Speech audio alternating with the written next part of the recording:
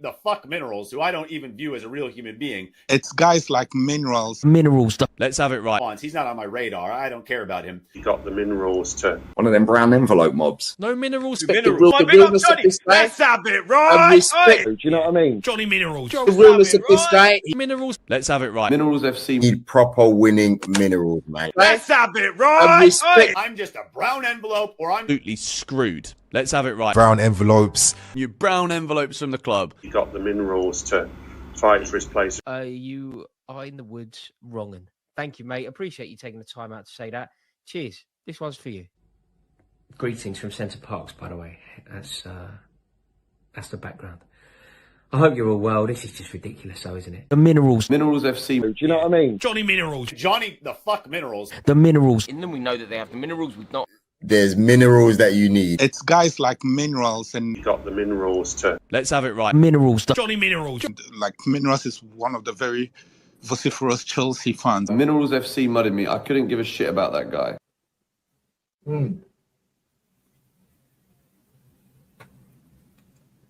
Let's have it right. Hey, Johnny's got the fucking minerals, mate.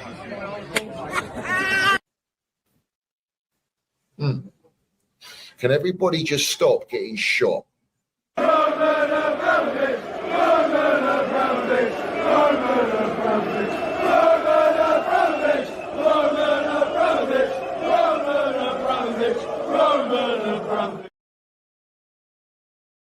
So it right up the Chelsea, up the Minerals FC. Big up to every single one of you live and locked in. Hope everyone is doing well, winning live. First and foremost, I want you all to smash to piece that like button. If you haven't smashed it, smash it right now. Let's get them likes up. Come on. If you haven't hit the subscribe button, make sure you do so. We've got the notification bell ding dong. Let's have it right so you know when we go live. And we've got the Minerals FC Ultras membership down below in the description. Salute to all the Minerals FC Ultras. Salute to our Chelsea old boys. We see things they'll never see. And salute to no surrender mentality. And big up to every single one of you Minerals FC Ultras and all of you locked in and all of you that support this channel, bruv. Do you know what I mean? All my day ones, all those that are getting on the Minerals FC gravy train. Big up to every single one of you. We're going to have a good one tonight. There's a lot to unpack. And we're going to get Sizzla on. We're going to have Curse on. We're going to run through the game, get all the reactions of yesterday's game. Obviously, we'll dibble and dabble in the events today. And we will definitely, most definitely, address all of the transfers and everything that's happening revolving around Chelsea. As you all know how I feel about it. Do you know what I mean? Come on, bruv. This is a shambles. This is, listen. Who invented Clown Lake? Yeah. And you know what's funny? All these brown envelopes that want to have a moan and a whine about it and try and make some banter out of it. But I said to him, I warned him, don't swim in the Clown Lake. Don't swim in it, bruv. Yeah. It's poisonous. A lot of ratfish in there. But they'll do anything for their brown envelopes, wouldn't they? Let's have it right. So let's get the show on the road. Smash that like button. You know the deal. All the ultras get in the chat. Land it. Let's go. Big up to Sizzla, my geezer. How we doing? Good evening, Johnny. Good evening, Minerals. How are you? You all right? Yeah, we're good. We're good, bruv. We're good on here. It's an absolute disgrace, bruv, what's happening. Absolute 24 disgrace. hours at Chelsea Football Club, eh? Yeah. Yeah. I was going to come dressed up in my Call of Duty outfit and with my pretend pistol, but I think I thought I might get arrested. Well, you should have done it, bruv. I mean, listen, we got the old Saeed looking like a camouflage Buzz Lightyear. We've got Matites, the librarian. I don't know, thinks he's playing Call of Duty at home or whatever. You might as well done it, Sis, because I think you would have been real deal dressed up like that. Yeah. I can't lie. What a day yesterday was. What a day. Unreal, wasn't it? Fucking hell. Where do you start? Listen, Kersey's tried to get on. I'm going to get him on and we'll go through it. But Sis, seriously, bruv, I know you were in the East Stand, yeah? There are so many talking points on this game that listen, I've given my take, but let's be honest, yeah. That first half, bruv. Yeah. I think the Go best through way it. for me to describe the first half is not often in a football match do you get like some players playing really well and some players playing absolute dog shit. And if you think about the levels of our game in that first half, we probably had 3 players who played well, which I'd say were Trev, Caicedo, and João Pedro. The rest of them, the levels were like 1 out of 10. Do you know what I mean? And Enzo was, oh my God. It was just embarrassing, wasn't it, how shit he was. He was shit. Who else? Tossing? What was he doing? It's like the turning circle of a fucking 7.5 tonner. Do you know what I mean?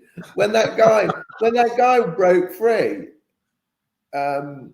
he was so the levels were really poor, wasn't it?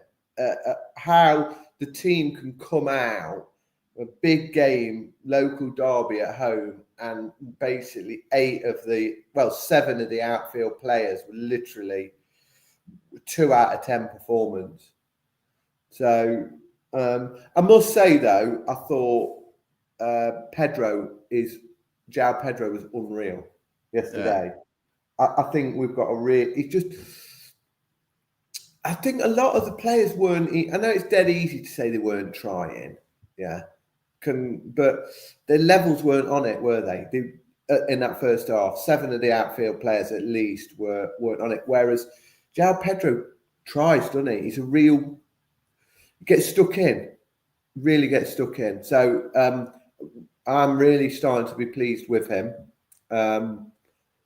Caicedo basically holds the whole team together. And Trev, I thought yesterday was the reason you need Trev at the club, somebody like him, because in games like that, when you're playing against tight, mid-table opposition who are strong, don't give anything away, he was a rock, wasn't he? I think yesterday was arguably one of his best performances for Chelsea. Dominated the whole game. Yeah, he was my man of the match. Yeah, I haven't seen any and watched any of your and had a chance to watch any of your bits this week. But yeah, I was really impressed. The way the way he controlled the game was unreal. So I'm so pleased for him, so pleased, because if you think about like a year on from where he was to now.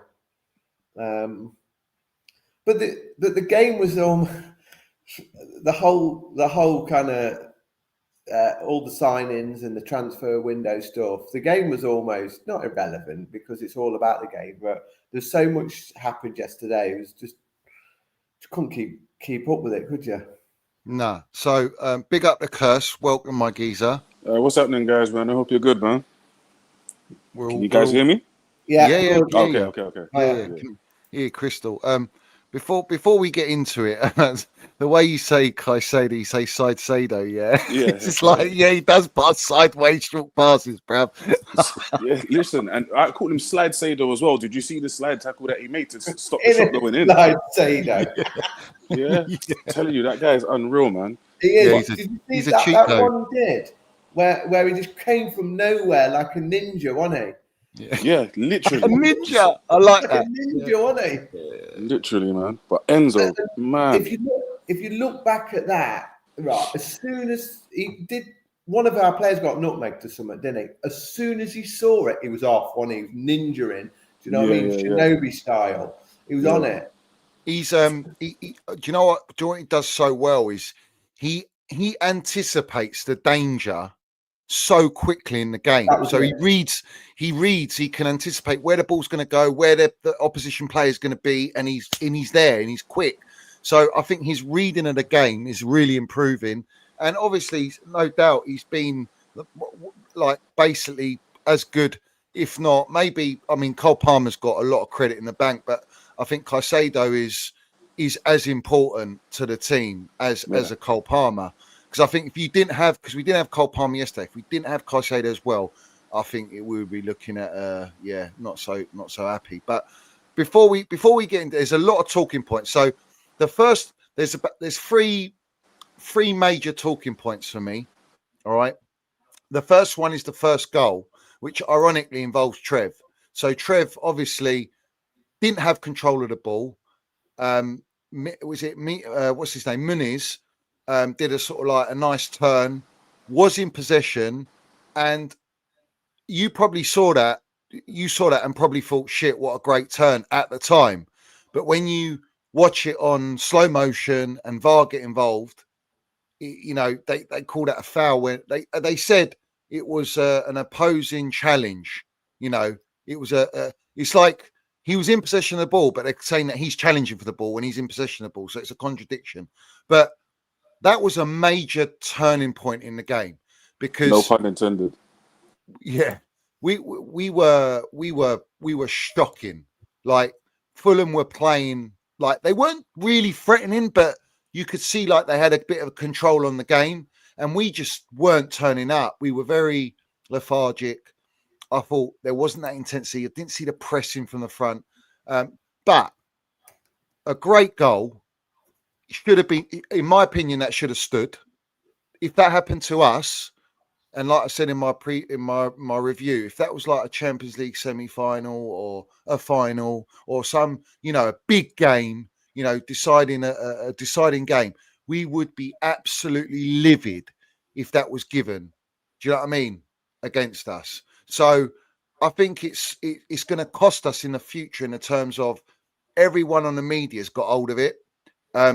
PGMOL have come out and apologized and said it was the wrong decision, which everyone can see it was the wrong decision.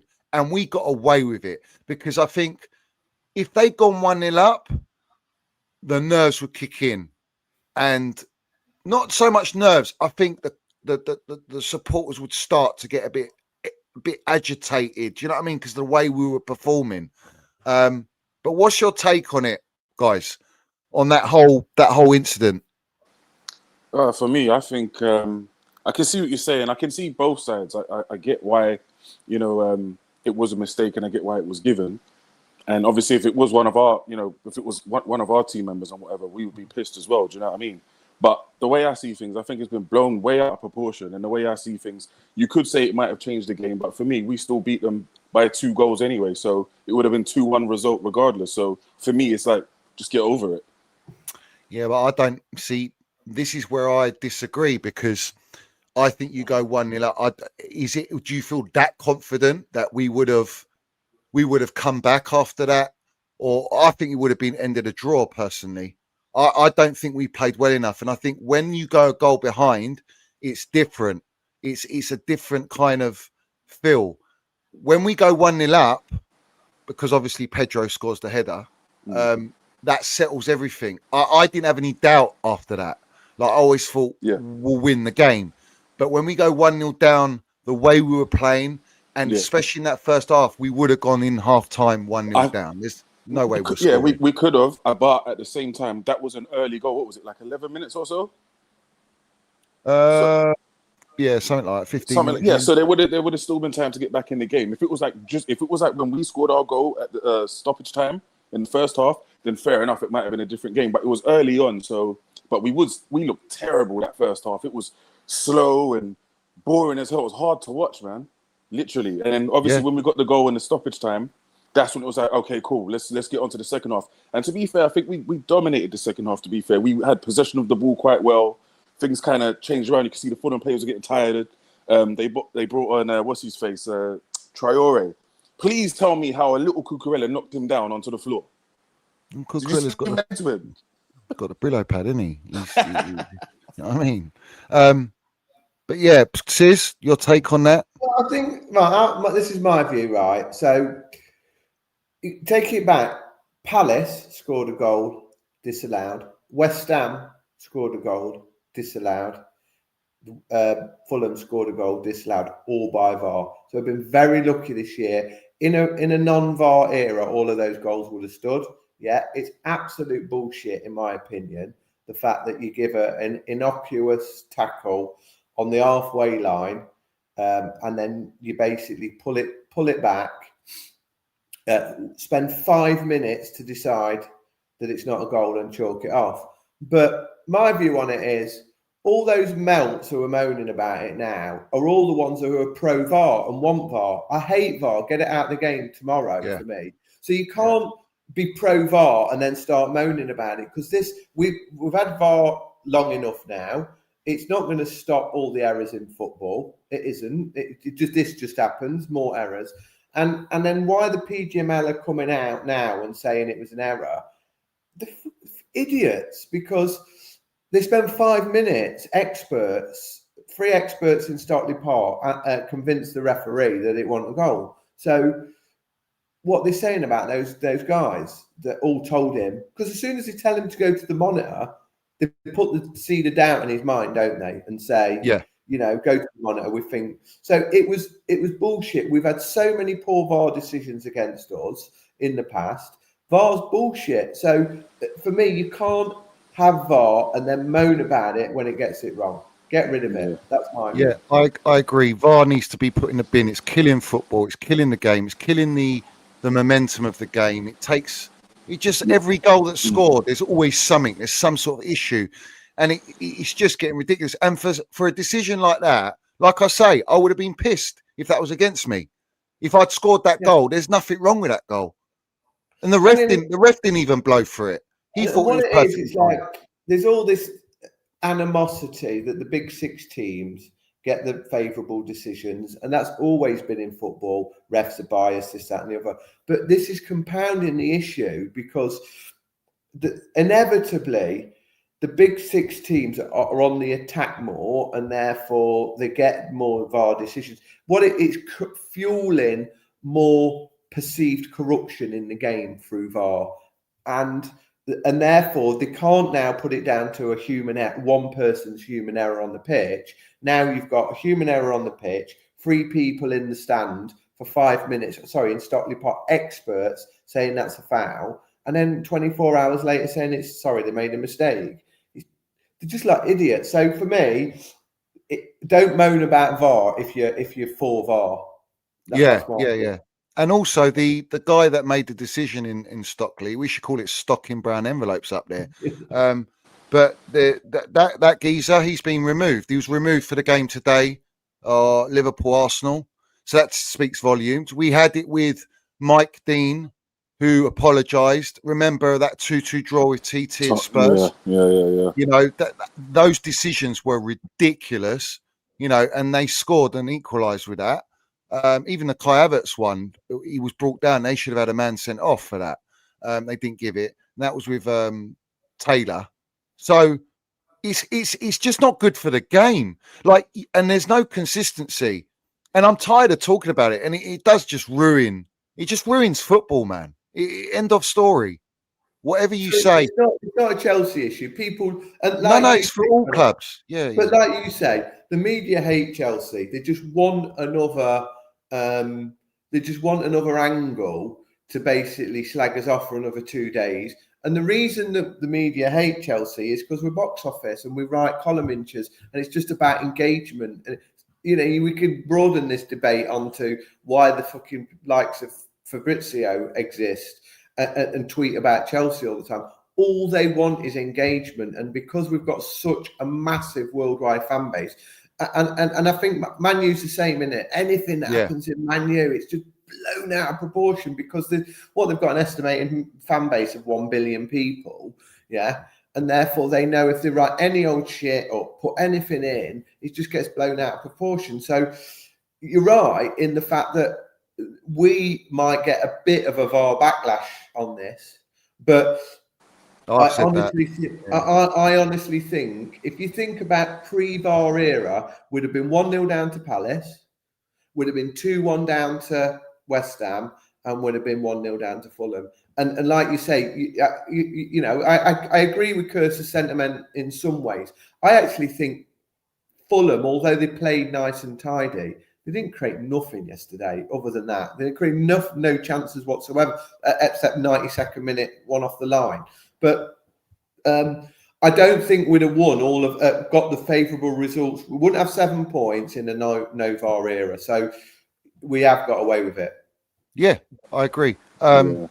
The second goal, sorry, it wasn't a goal, it was a penalty, wasn't it?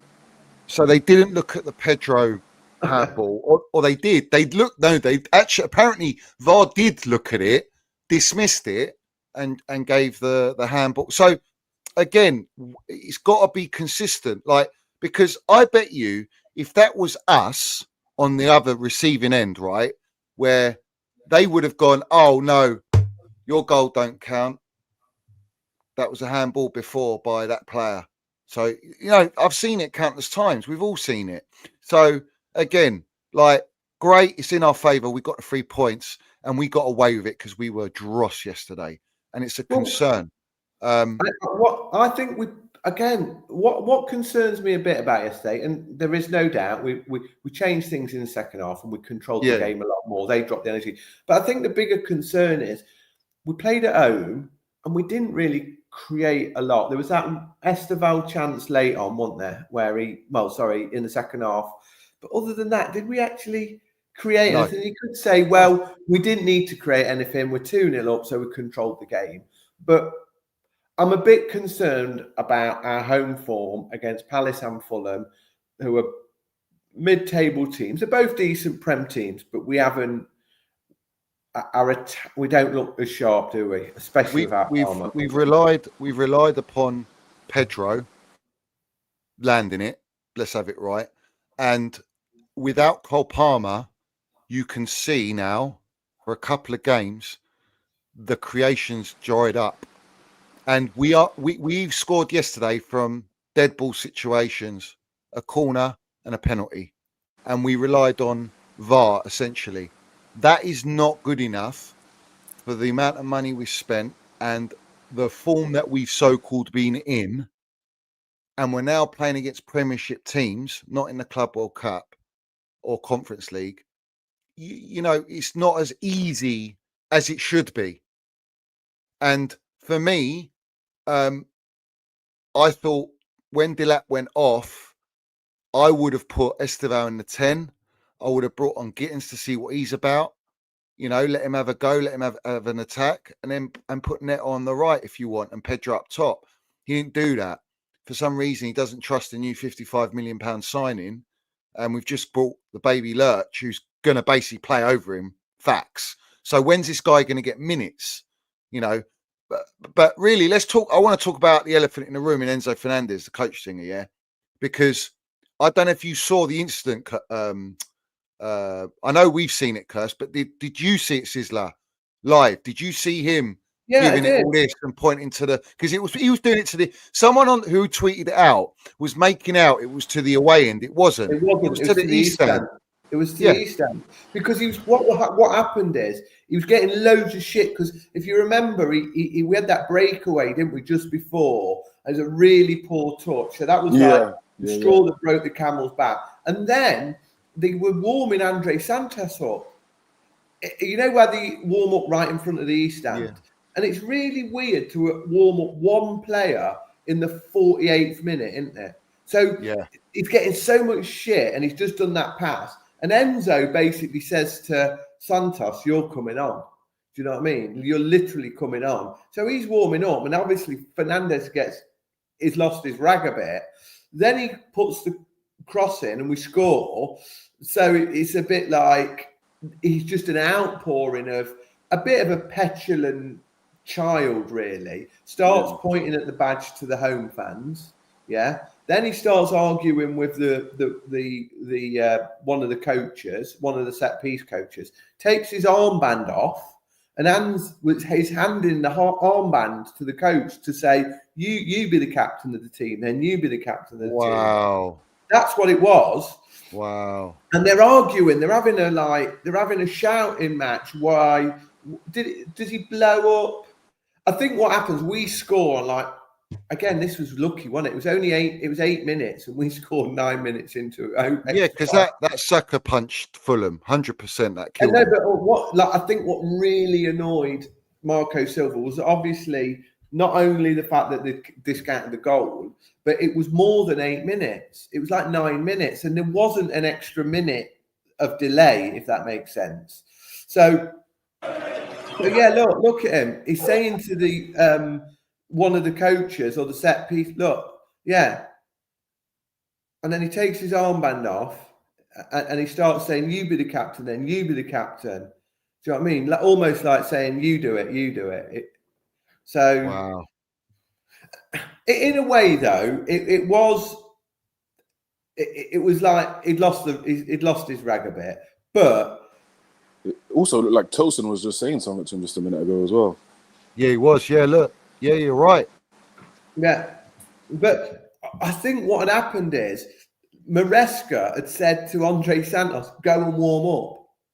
Do you know what I mean? So as the corner's being taken and we're winning that passage of play right in front of us, Santos is warming up on his own, and it's almost like he's coming off. He is. It like ends up that our manager's so annoyed that he's coming off at half time. So it's classic Enzo, though, isn't it? He has an absolute. I think when it comes, judging by how his actions are and how he's moving and who the people are that he's talking to, you can tell that he's the owner's star boy for real. It's like he can't do no wrong. Yeah. Like even the coach karaoke. He didn't get no punishment for that. I thought he was supposed to go and speak to some people about certain things, about what he did and blah, blah, blah. Next thing you know, he's been made captain. Do you see what I'm saying? It's like he doesn't get punished for anything. He's like that little teacher's pet kind of thing. He's their little star boy.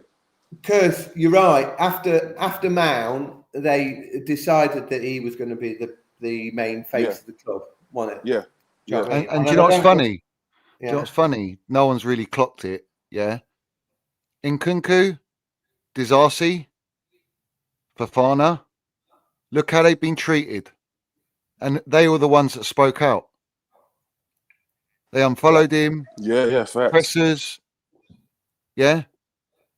And look how he's getting treated compared to them. Look at the agenda on social media. It's nuts. It's absolutely nuts. And this geezer yesterday had an absolute fucking stinker. Right? And Literally. No one can tell me otherwise. And he only when he doesn't have to run, he can deliver. He gave a one cross, and it wasn't even that his cross was so good. It was the fact that Pedro read and anticipated and got away from the defender, reading the space because he's instinctive, right? And then the penalty's a penalty. Like if Cole Palmer was playing, he ain't taking that pen. He probably wouldn't have even taken the set piece if Palmer was playing. Yeah, he basically took that to save face, and he's lucky he scored that because could you imagine if he missed? Well, and that's why it's classic Enzo in the fact that he played absolute dog shit and came away with an assist and a goal. Do you know what I mean? And that's his career in a nutshell, in my opinion. He's just, regardless of how he plays, he's just got this ability to think about the goal in the Conference League final. Look, do you see how he hands the captain's armband? He's giving him the captain's armband. Yeah, you see, you can't be doing that to your manager's coaching staff. You've got to respect your hierarchy. You're just a player, mate. Yeah. I've never seen that shit, man. And that is a sign of player power in this dressing room. Definitely. And player power is a dangerous thing. And if you think about it, that our manager, Maresca, at half time, like a Mourinho would have said, "You're off. You're coming off." Yeah. And Santos would have been on at half time, stripped and all of that. But I get the sense that old yes man Maresca would have had to calm the situation down at half time. Well, the ownership was there in the crowd. Bowley was there. So they probably we already know that he's a yes man, innit? Enzo's gonna do as he's told. Enzo Maresca, that is. So he's got no choice but to play him. You can tell that he doesn't want to play him, and he keeps playing him the double pivot with Caicedo, and it does not work. It don't work. Facts. You can't put him there. Fucking not facts. When we haven't got the ball. If we haven't got the ball, he's really exposed. He's only good when we've got lots of possession. Like West Ham with dog shit in midfield, it was slow. He had an extra second. So I just think because we didn't have a lot of the ball in that first half, I feel sorry for Caicedo. He's doing the work of him and Enzo, isn't he? Yeah, 100%. It makes life difficult for Caicedo. If you put, well, Lavio's always injured, but if you put him with Caicedo, that works. Even Santos works. Enzo just doesn't work in the double pivot. It just doesn't work. Like you said, if he's not running, then he can play. So that's what I'm trying to say. The guy's got no stamina. He's just standing there having meat sweats. Do you know what I mean?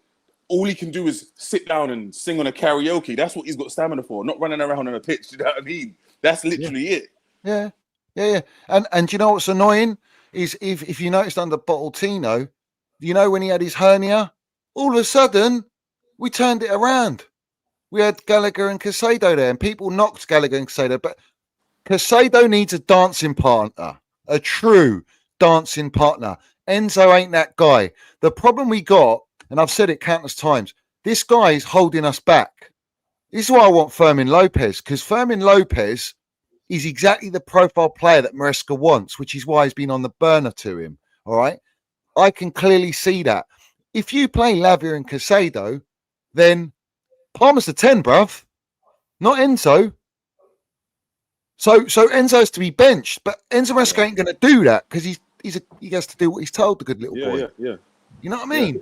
The saddest thing is the best outcome for it all would be Real Madrid to come in for him, or a big La Liga club, and take it off our hand. He's not going to lose face. The club will be stuffed full of money, which is their number one favourite pastime. And then the fans, we're not stuck in this position where we've got arguably the face of the club, one of our most. He's almost not playing him is going to create loads of shit in it, because you saw. Do you know what? I'm sick of the protection this guy gets, because this is his third season now. Yeah. Right. I'm sorry, bruv. I'm used to Lampard banging 20 goals a fucking season on average, bruv. Yeah. If you're a number 8/10, I want to see more creation. What did you create yesterday when we were in need of creation? Because there was no Cole Palmer. You didn't create fuck all. And then you want to hide behind a set piece and a penalty that was all down to Trev Chalobah. Trev was the reason we got that penalty, because he was the one that had a shot. I don't see Enzo shooting from outside the box. Why is our centre-back shooting from outside the box? And what bothers me is when they come up with all this PR about trying to protect Reece James. I'm not being funny, but he's our captain. Why is the vice-captain getting way more game time than him? Why is he being fucking benched for another London derby? Yeah, exactly. I don't get it. I don't get why. Because what I really like about when Reece comes on the pitch, he calms everything down a bit, don't you think? Yeah. I feel much more comfortable and confident when he's on the pitch. Yeah. And why he didn't play yesterday? It's not like, I don't know. He started one game this season? I think so. Was it the Palace game? Yeah, but then I think he came off for that. So what's crazy is that as much as Reece may be injury prone, he's still 10 times faster than Enzo, who's fully fit, if you want to call him fully fit, because they never act like he's got something wrong with him other than his hernia or something that's not even injury related. It's to do with his misses, like when he's supposed to be separating from her or something like that. I missed it. There's an interview with Trev after the game. I'm just trying to find it, but he basically says along the lines of, I've got experience. I'm not a young boy here. I'm like the most experienced in this team. He come out and said that, right? I can't remember where. I can't find it anywhere. Right? He come out. He showed mentality. He showed leadership. He was outstanding for us, bruv.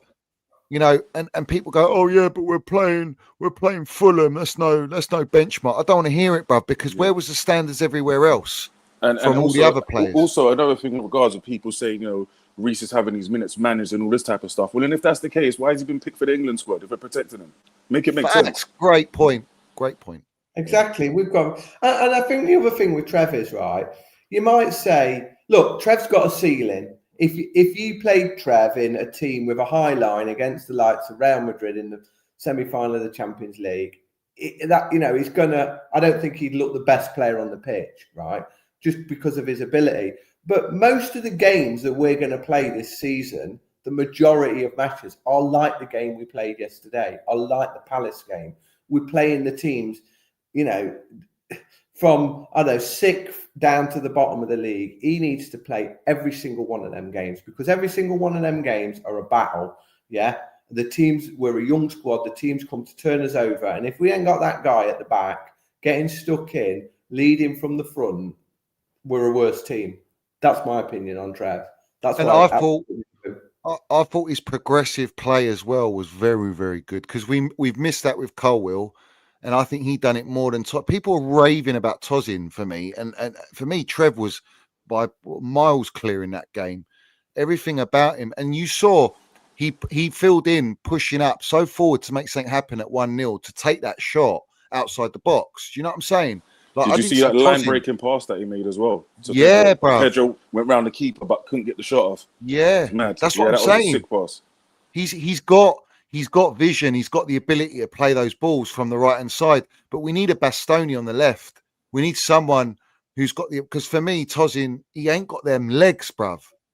That was a worry, wasn't it, yesterday? I think, Tosin is, for me, when the ball's coming in and we're defending deep and we're compact, he gets his head on things, but get him on the halfway line against a quick number 10 or a quick striker, proved yesterday. Yeah, he ain't got the pace.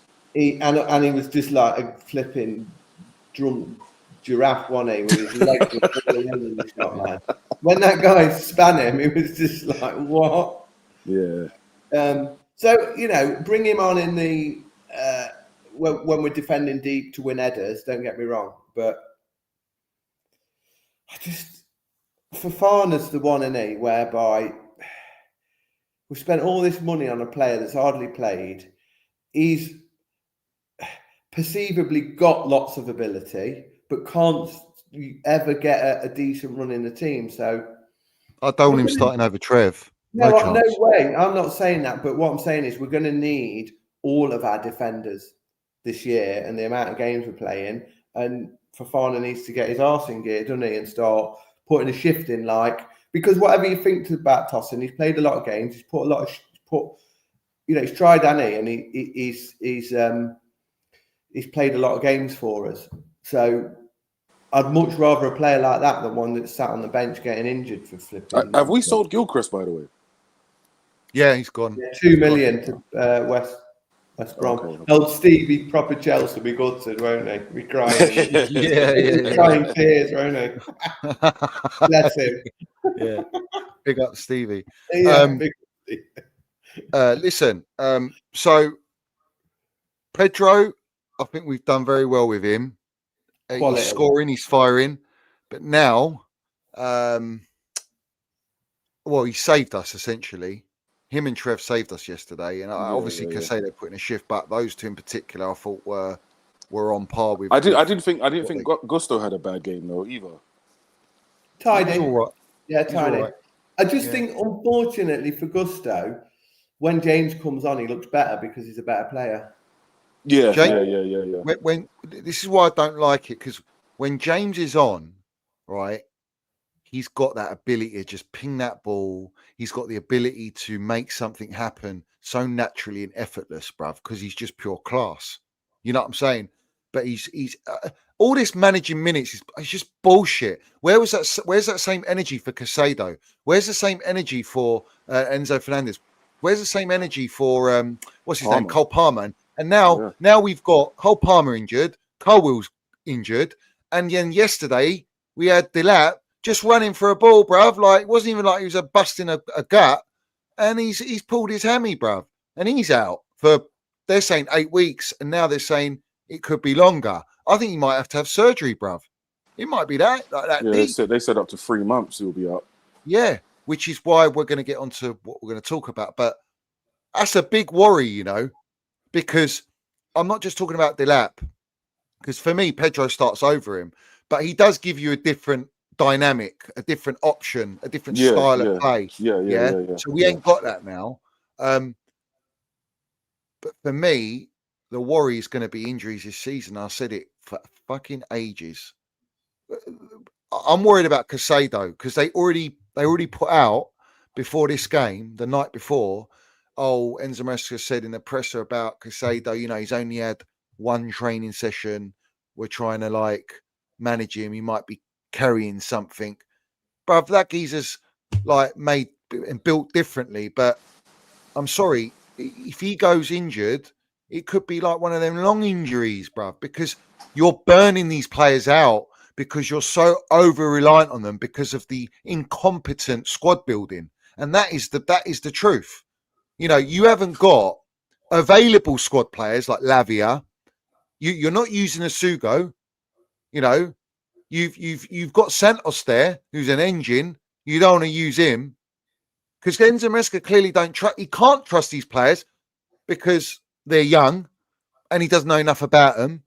He knows the expectation this season. The expectation is it should be a title charge this season. What are we doing here? I don't want to hear all this just try and get top 4. We had that last year.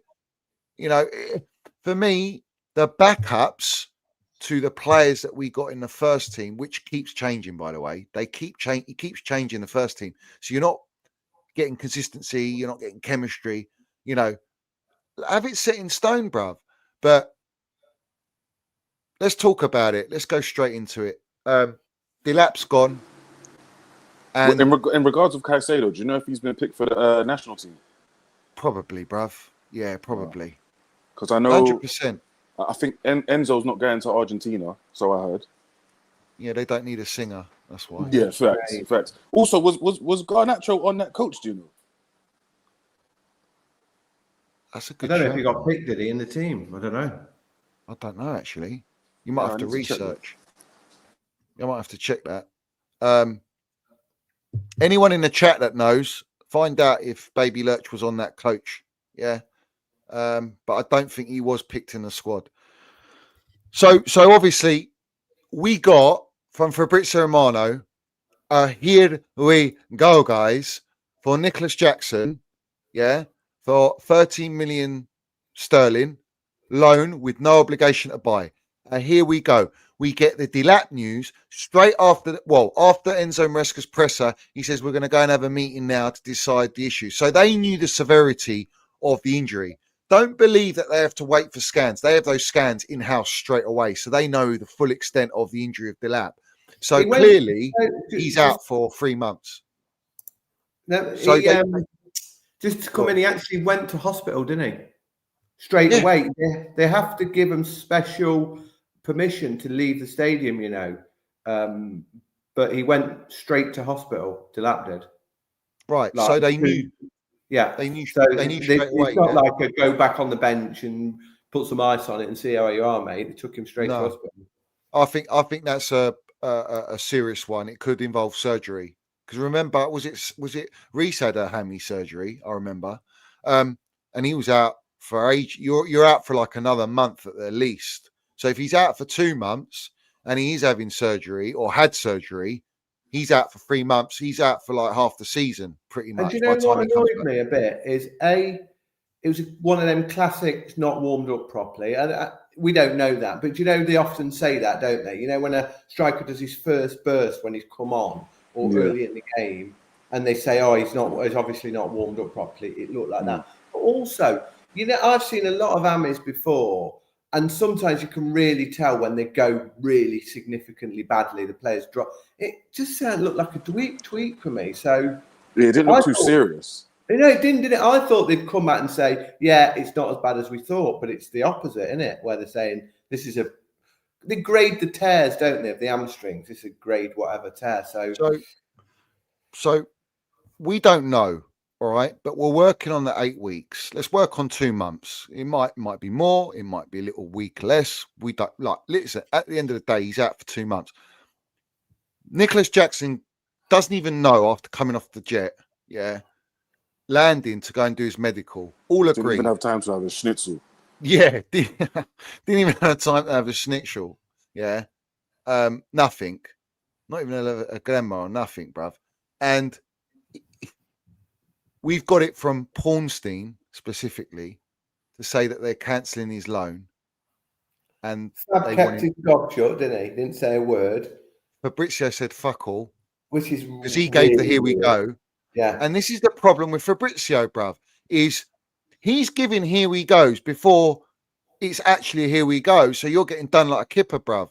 You know, he's stopped being a tapping merchant, which is where he got his bread and butter and his name and his credibility. Now he wants to shoot outside the box and try and hit top bins, bruv. You know, always wait for the contract to be signed before you say it's a here we go. You can say here we go soon, yeah, contracts once signed, then official, here we go. He ain't doing that no more. Because I honestly believe, right, to some extent, I think Fabrizio is fully briefed on what's going on. He didn't come out with anything off once Pornstein landed it. So Pornstein was the mouthpiece where everyone goes, shit, this is credible. Okay. And they've cancelled his loan.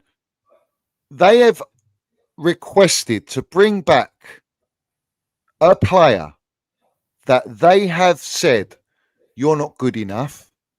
We value 100 million, but you're not good enough for us because we bought Delap and we've bought Pedro and you're third choice.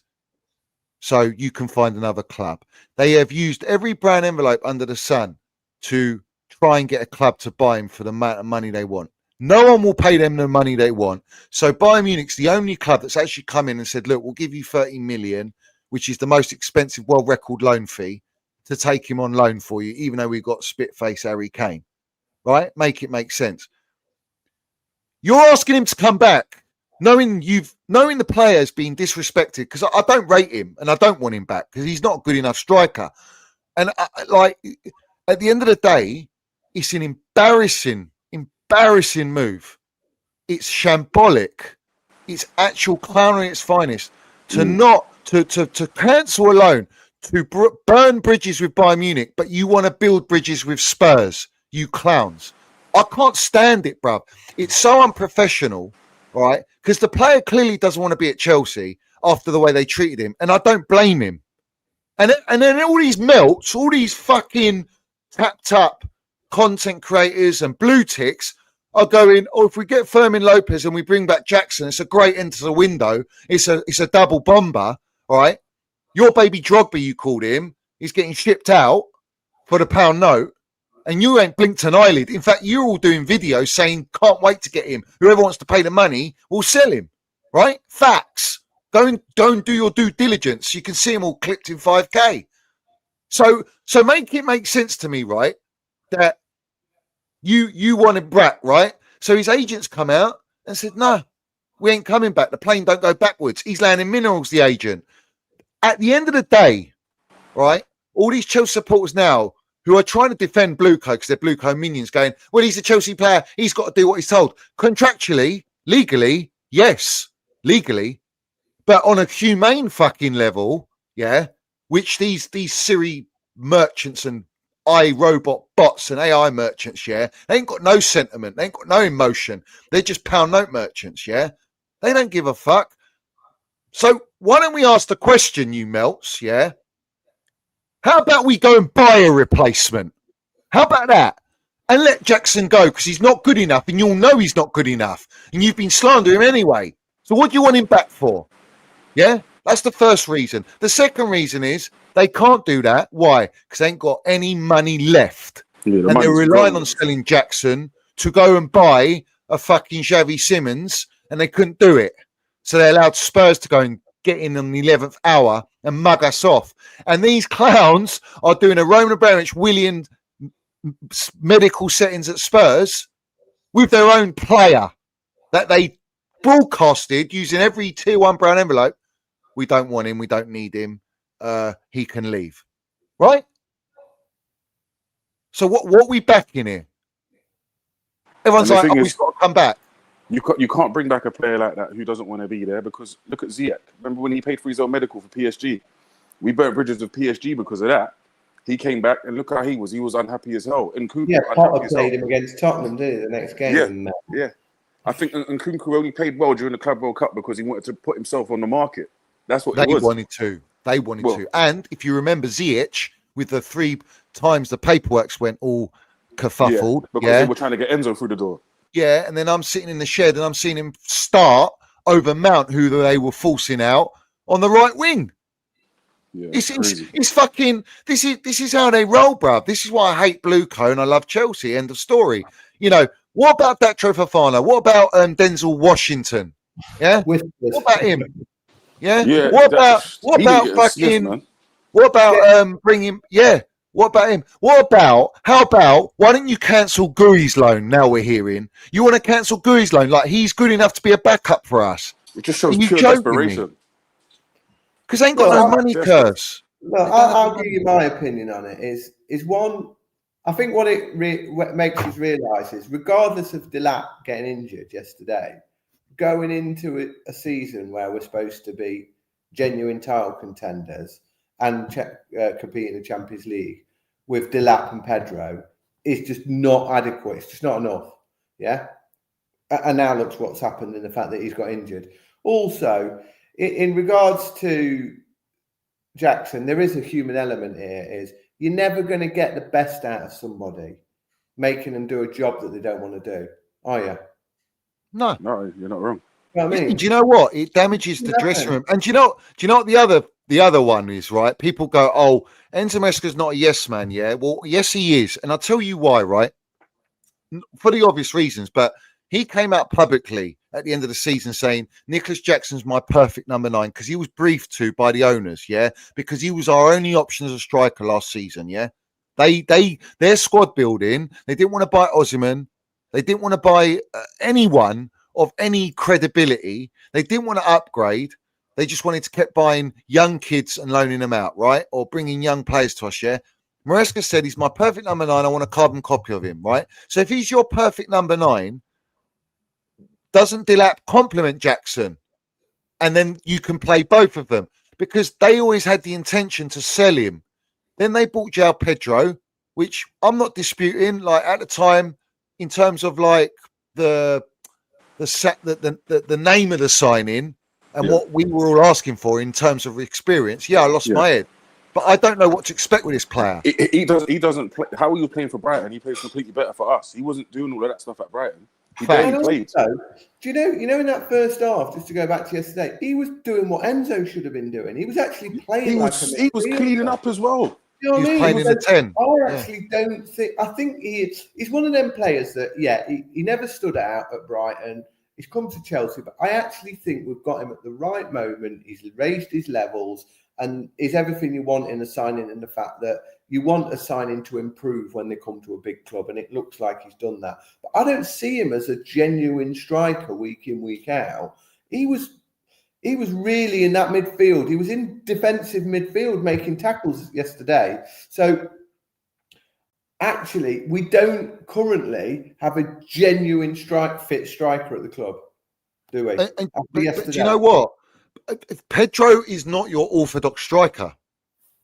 Yeah. Like we're now, everyone is expecting with the way that he's performed for him to bang in 20 to 30 goals now.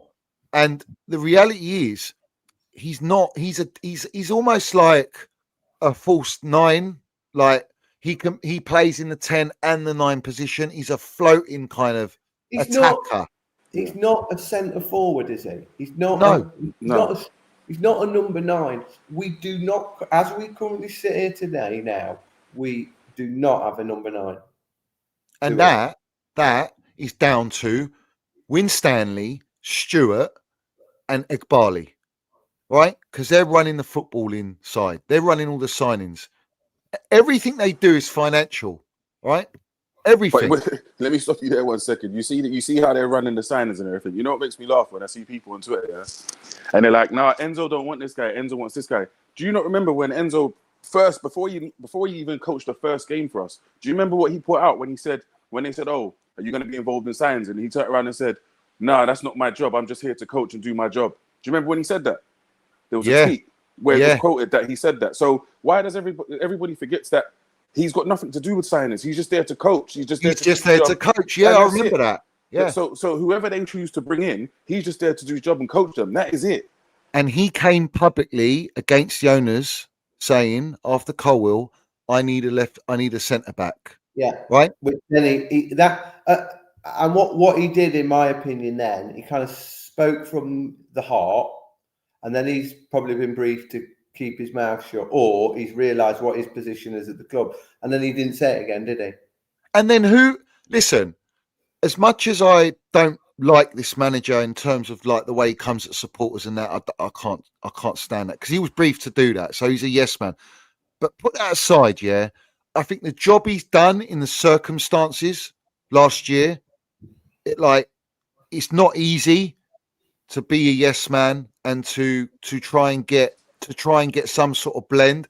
And now he's finally like actually delivered, like got over the line. Bruv, like, you're not going to give this guy anything. You're not there to back him, because the gaffer at Chelsea is the model, not the person in the dugout. I've said it countless times. That's not changing. And financially, they can't. Like, we should be going getting Mark Gay after a banger he scored tonight. He's a top centre-back. He's Prem proven. He's played with Trev. He ticks all the boxes. You can get him for 30, 35 million, but he wants up to maybe 200 grand a week. And that's why we're not going to get him. You know, we should be getting a Bastoni. We should be upping the levels. And when Colwill comes back, how about they fight for their positions? How about that? It's good to have competition in the squad. You know, when we've won multiple leagues and titles and whatnot, like, we've had two of the best players in every position pretty much. That's what you do to be competitive at a high level. And now, if you've noticed, everyone's having injuries everywhere, bruv. Like, everyone across the Premier League is having injuries, or big players are getting sold. The one player I wanted, yeah, and no one listened to me, bruv, that Jack Grealish. I said, take him on loan, all right, and play him on the left. Fuck off kittens and baby lurches. And look at him with that free role. If he was in our team, bruv, he'd be cooking, bruv. I'm telling you that now. This is my point. You don't bring in players with the right experience that won things, that can elevate everything that's been laid. And this is why we're not going to be able to challenge for any of the major honours, bruv. It's age and wages. Age and wages. All to do with wages, exactly. It limits you in the market. So at the end of the day, Jackson, if I'm Jackson, you know, you've got to go back. And it's going to be a very bad decision. But this is what rattles me, yeah, is that these clowns have cancelled the loan, and now they flip the script saying, well, if you want him that much, pay the money. So hold on a minute. You've agreed to here we go, you fucking idiots. Yeah. You've sent him on the plane to have a medical, to sign the documents. But because you got an injury to Delap and your shit squad building and you've got any money to spend now, you're now demanding Bayern Munich cough up the money when they clearly told you we can't pay 50, 60 million, which is why there's no obligation to buy him as well. This is fucking, I've never seen anything like it. And we are, whether you like it or not, the way they are running our football club is an embarrassment. And I've said it, they're trying to build bridges with Spurs. They don't want to burn bridges with them, right? Diminishing all of our heritage and the way we were with Roman with them and everything, yeah? You're just going to put that to the side because it's your era, yeah? Because you want to use them as a cash cow if they want to buy players off us. So you want to do business with them, yeah? Because they're making a lot of money with a stadium. But you want to burn bridges with Bayern Munich. Bayern Munich, if I'm Bayern Munich, if I'm being real, yeah? I'd say, fuck you, I'm loaning him. If you don't want to give me the loan, we'll send your player back and we'll go and look at Lookman now, yeah? And then they're fucked again because now they're going to be with a player that doesn't want to be here, that the supporters deep down know ain't going to benefit us. And now you're getting the Benson Edges, the fucking Eunices and all these platforms are going, oh, well, hopefully we can get the redemption arc out of Jackson. Like he can revitalise his Chelsea. What are we fucking doing here, man? What are we actually doing here?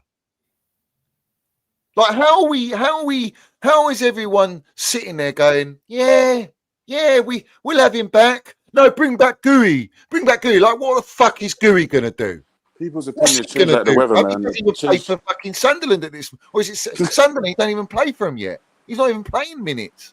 Yeah. Yeah, 5 minutes at the end. He's a Conference League striker, isn't he?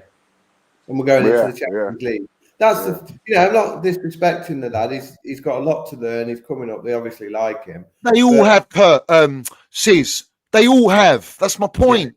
Everyone needs developing. Everyone needs fucking time. And when they do develop to a certain level, we'll flog them for the pound note. They bought Jackson, kept him for 2 years. He's on he's probably got 4 years on his contract left. Yeah. All right. And now they want to flip him for a pound note. If he's worth 100 million, why ain't he playing for Chelsea then? What are you selling him for if he's valued at 100 million? I don't know if you saw the tweet that was floating around about Sterling. I think it was something to do with that Felix guy. He said something along the lines of Sterling that they're looking to terminate his contract. If you don't find another club, they'll just terminate his contract. And I think they have to pay him the 34 million that they owe him or something like that. I don't know. Oh my God. Fucking hell, bruv. Honestly. Matt Law's just come out and said Chelsea have reached an agreement to recall Mark Gay. This is fucking... Honestly, this is not the fucking levels you need at this football club. Yeah, I'm fucking sick of this shit. I'm sick of it. Now you're telling me Mark Gay's going to start games for us because Pedro needs a bit of rest. We're going to fucking Mark Gay. Is this a joke? Is this actually for real, bruv? And now you're telling me you're looking at that Hunter, that fucking hybrid looking of Haaland and Gyökeres, Z-Tech merchant, who doesn't want to come to Chelsea because he wants to go to Leipzig because it's better for his development. But yet we're going to develop a fucking player on loan from Brighton to loan. They said loan him so you can develop him for us. And he's going to be back up to Cole Palmer. Well, fucking Curry and Win Stanley, you fucking melt. Yeah? Stuart Little. All of you lot. You fucking should be sacked and bin. Goldfish, you brown envelope melt, bruv. Yeah? You sell out. Benson sell out. William Hill merchant, bruv. Nini 10% discount merchant. Going, we're looking at the new Haaland, you fucking idiot. Doesn't even want to come to us. Yeah? Eunice talks fucking BlueCo now. Yeah? All of you lot. Where's my tits? Too busy noshing off for fucking... What's he noshing off to on the Big Six? We're not acting like a Big Six club, mate. Oh, but we're Club World Cup champions. We're Club World Cup champions, yeah. You're doing what Enzo Fernandez is doing. Look at us. We won. Bruv, do you know what? Yeah. Ask every fucking Chelsea supporter. What would you prefer to win? The Club World Cup or the Champions League? What's got more fucking value? Champions League, man. Right. So what are we glossing up? Like Lily Phillips glazed donut merchantry, bruv. Why are we glossing it up for, bruv? Let's be real. Let's be fucking real in the game. Yeah? I'm sick of it, bruv. I'm absolutely sick of it. Yeah? These lot are supporting everything that's happening at this football club. Mark Guiu to be a backup now because you can't spend any money and you can't offload Sterling that you put on 325 grand a week. You're exiling Chilwell, who's a fucking one of the best left backs in the world, bruv, that we had at our club. That's a European champion at our club, Club World Cup champion. Has to be nothing but a professional, and you treat him like shit. You treat Jackson like shit after propaganda on all these melt calling baby Drogba, and now you want the pound note. You want to hold Bayern Munich, an elite football club, to ransom when they ain't got a pot to piss in anyway. I don't see people queuing up for Baby Lurch. I don't see people queuing up for Kittens. I don't see people queuing up for Delap. I don't see people queuing up for any of these fucking players. Yeah? Is it true that they're selling... I don't know if it's selling or loaning it. Chilwell's going to end up at Strasbourg. Bruv, they're negotiating with themselves, the clowns. They're negotiating with themselves. Oh, Siri merchant. Yeah. Shall we? Do you think we can? Do you think Strasbourg? Maybe he could help Strasbourg. What do you think, Siri merchant? Yeah, we could get the pound note. We can get Strasbourg to pay the wages. Like, what are we doing here, bruv? Really? Like, and Chilwell will go. He'll go because he doesn't give a fuck anymore. You know, he's had his glory under Roman Abramovich with TT. He's won trophies that he'll probably never win ever again. He's been a true professional. The true supporters love him, you know, and respect him. You know, he's not Like- he's not on a pay to play contract like Kante was, is he? He just gets paid weekly like anybody else, he's right? paid weekly. Yeah, he's paid So why weekly. don't they just use him? Exactly. Instead, Is he you bought fully fit? Hato for the NATO defender, and you're not even playing him. Yeah. There's stock market of players, bruv. Honestly, this is the shit. This is the shit that makes me. I get so rattled, bruv, because for fucking 3 years of this bollocks, 3 years, and you know what? Yeah, honestly, Fabrizio Romano, all these journalists, bruv, they've killed us. They killed us, bruv. How are we spending 2 billion? All right, and now our backup striker is Mark Guiu.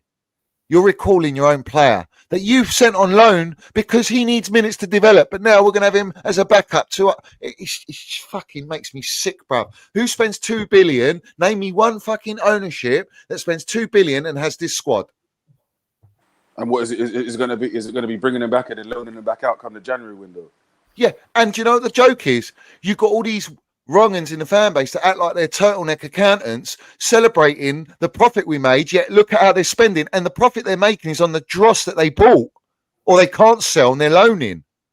Well, that's made me laugh about the Nkunku deal. It's like, yeah, we're getting him out. It's like, we bought him for 50 million and selling him for 30 million.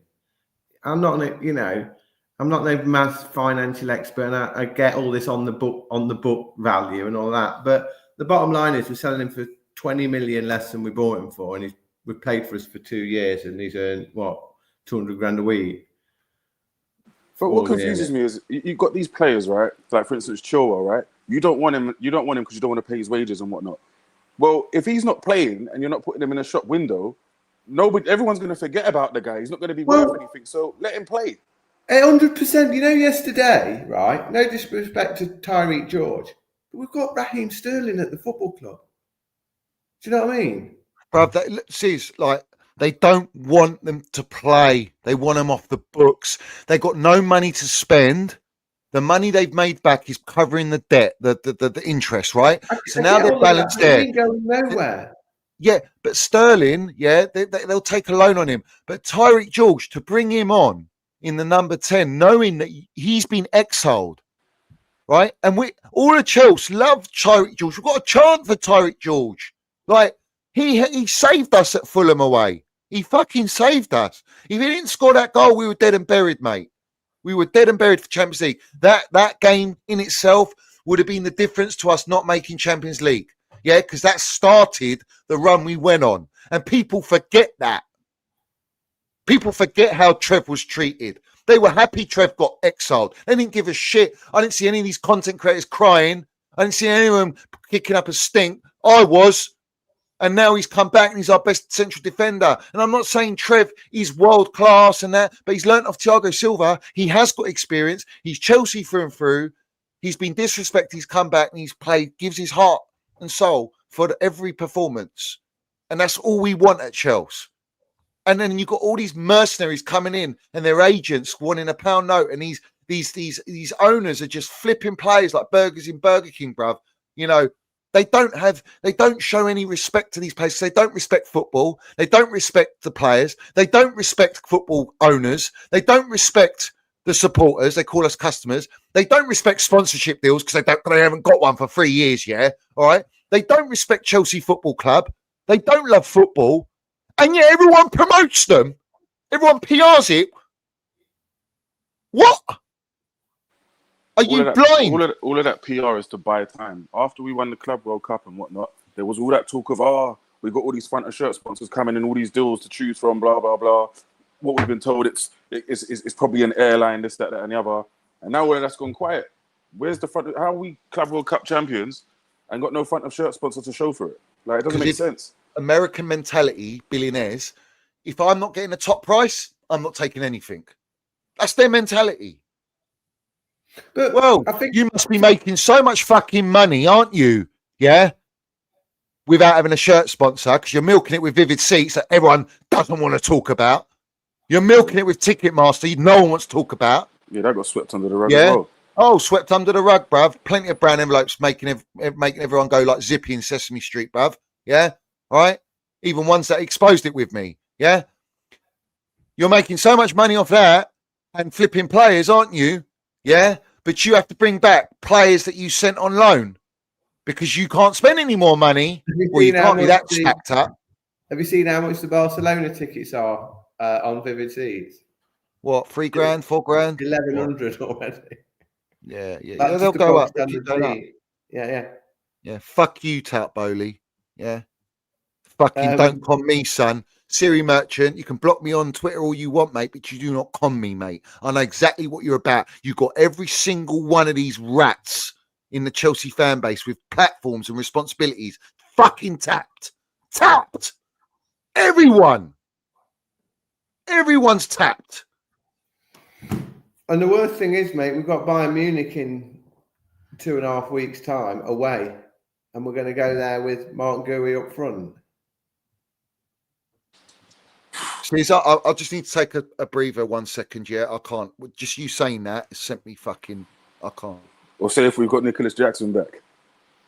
Well, that'd be even more ironic, won't it? He might be playing against us at this rate if they sign him. But yeah, not having a number 9 is a worry, isn't it? For the next, and like you said about, I just think Chilwell and Sterling, they're depreciating assets, and by putting them in the bomb squad and never playing them, nobody's gonna want to buy them, are they? Because they're not in the shop window. But this is what confuses me about ownership. So they want money. They're frugal as hell because they don't want to pay these players these wages, right? But the players on the highest wages are the ones that they keep for the longest. Look how long we had Lukaku on the books for. Yeah. I think the owners were there for like 2 seasons before they flogged him. Well, for me, it's like Sterling's loan didn't work out at Arsenal for whatever reason, yeah. And then so they've done nothing with him all week. So the guy who's earning the most in the club, to me, they don't look like they're actively doing anything to get him out of the club, other than just ignoring it as a bad debt. Whereas if he was on the bench and they tried to integrate him in the team and he'd come on and he scores a goal, then somebody might want to take him on loan. Yeah, exactly. And I also thought that it was quite sad. George didn't look overly happy yesterday when he came on. No, he didn't. And he took ages to come off. I mean, he got subbed on and then subbed off. That was mad. Yeah. And I just think that I was chatting to my lad and he was saying maybe they're trying to flog him to Fulham. That's why they brought him on, you know. Possibly. But he didn't look like that kind of chirpy lad that came on last year. He looked like I just thought it was a bizarre decision to bring him on before Gittins, who's our new £60 million player. Yeah, that's crazy, man. So, but I think Johnny's lost his head tonight, hasn't he? Oh. Yeah, clearly. Someone in the comments said that he's gone to ask Garnacho for a vape. We hadn't even gone to the what's the name? Garnacho signing, have we? Either yesterday. Yeah, I mean, I think that all that stuff that's come out was all scripted. All the stuff that he's been saying about how he's always supported Chelsea and Chelsea is a big club. Yeah, it's all. Have you noticed they didn't even unveil him properly? He came out, but it weren't even like there was no announcement. Like, do you remember when Mudryk joined? He came on the pitch with the flag and everything. Well, that's what we thought. He was in the stand yesterday. You could see him where I sat. You could see him. Clear as day. So it wasn't like they were hiding or anything, but he didn't come on the pitch, and then they unveiled him 10 minutes after the game. Yeah, it was a weird one, man. I think it's because they know that obviously a lot of people in the fan base didn't want him because obviously he's supposed to be some troublesome guy, his brother and so forth. But I think they wanted to just keep it hush hush, and I think that's why they dragged it. Coming on and getting booed, like basically, because could you imagine how embarrassing that would be, booing a new signing? Do you know what I mean? Yeah. And you know his brother, it's his younger brother, isn't it? Yeah. He's like 15. They'll probably sign him next. Yeah. So look, for me, I always have got the mentality that until when we make a signing of a player, until they've actually played for us, it's what they do on the pitch, isn't it? That's important. Yeah. So I like you say, no doubt he's a talented lad, right? But all this shit that carries around with him over the last year and all this kind of stupid living his life on social media and acting like a prick, that's a concern, isn't it? Because that gives you the opposite of what you want from your player, which is being humble, getting his head down and trying his best. But if he, you know, I'm going to judge him when he's on the pitch, really. 100%. Few games. And that's why I'm a bit worried about Gittins, to be honest. I mean, he hasn't played much, has he? No, you can see he's really, he didn't really do much when he came on the pitch either. No. But in regards of Garnacho and how he was and everything, I think that was all. I think that was all a Ten Hag problem. There's an issue at Man United, and you know he even had issues with Ronaldo. What's his face that went to Aston Villa? Rashford. Yeah. Obviously Garnacho. So I think it was him that's the problem. Even now, I think he's going to get the sack at Bayern Leverkusen, ain't he? Man, they've sold his whole team behind him. Yeah. Do you know what? Yeah, I'll tell you this now, right? I'll say this now. I see on the timeline, yeah, that fucking Anselmino's at a blinder. Borussia Dortmund. There's standing ovation. Everyone's lapping it out. They're all noshing off to that. Yeah. Maybe that's because he's playing in the Bundesliga. Maybe because he's playing for Dortmund or a development club. Maybe because the kid's not fucking ready to play for Chelsea. And that's pretty much the majority of this squad building ain't ready for Chelsea level to compete at the highest level. Yeah. That's why he might look good at Bundesliga. You know what I mean? Like, what are you lot? You lot are on some serious. This is everyone, bruv, in the fan base. I'm telling you, man. All these social media fucking fiends, bruv. Yeah.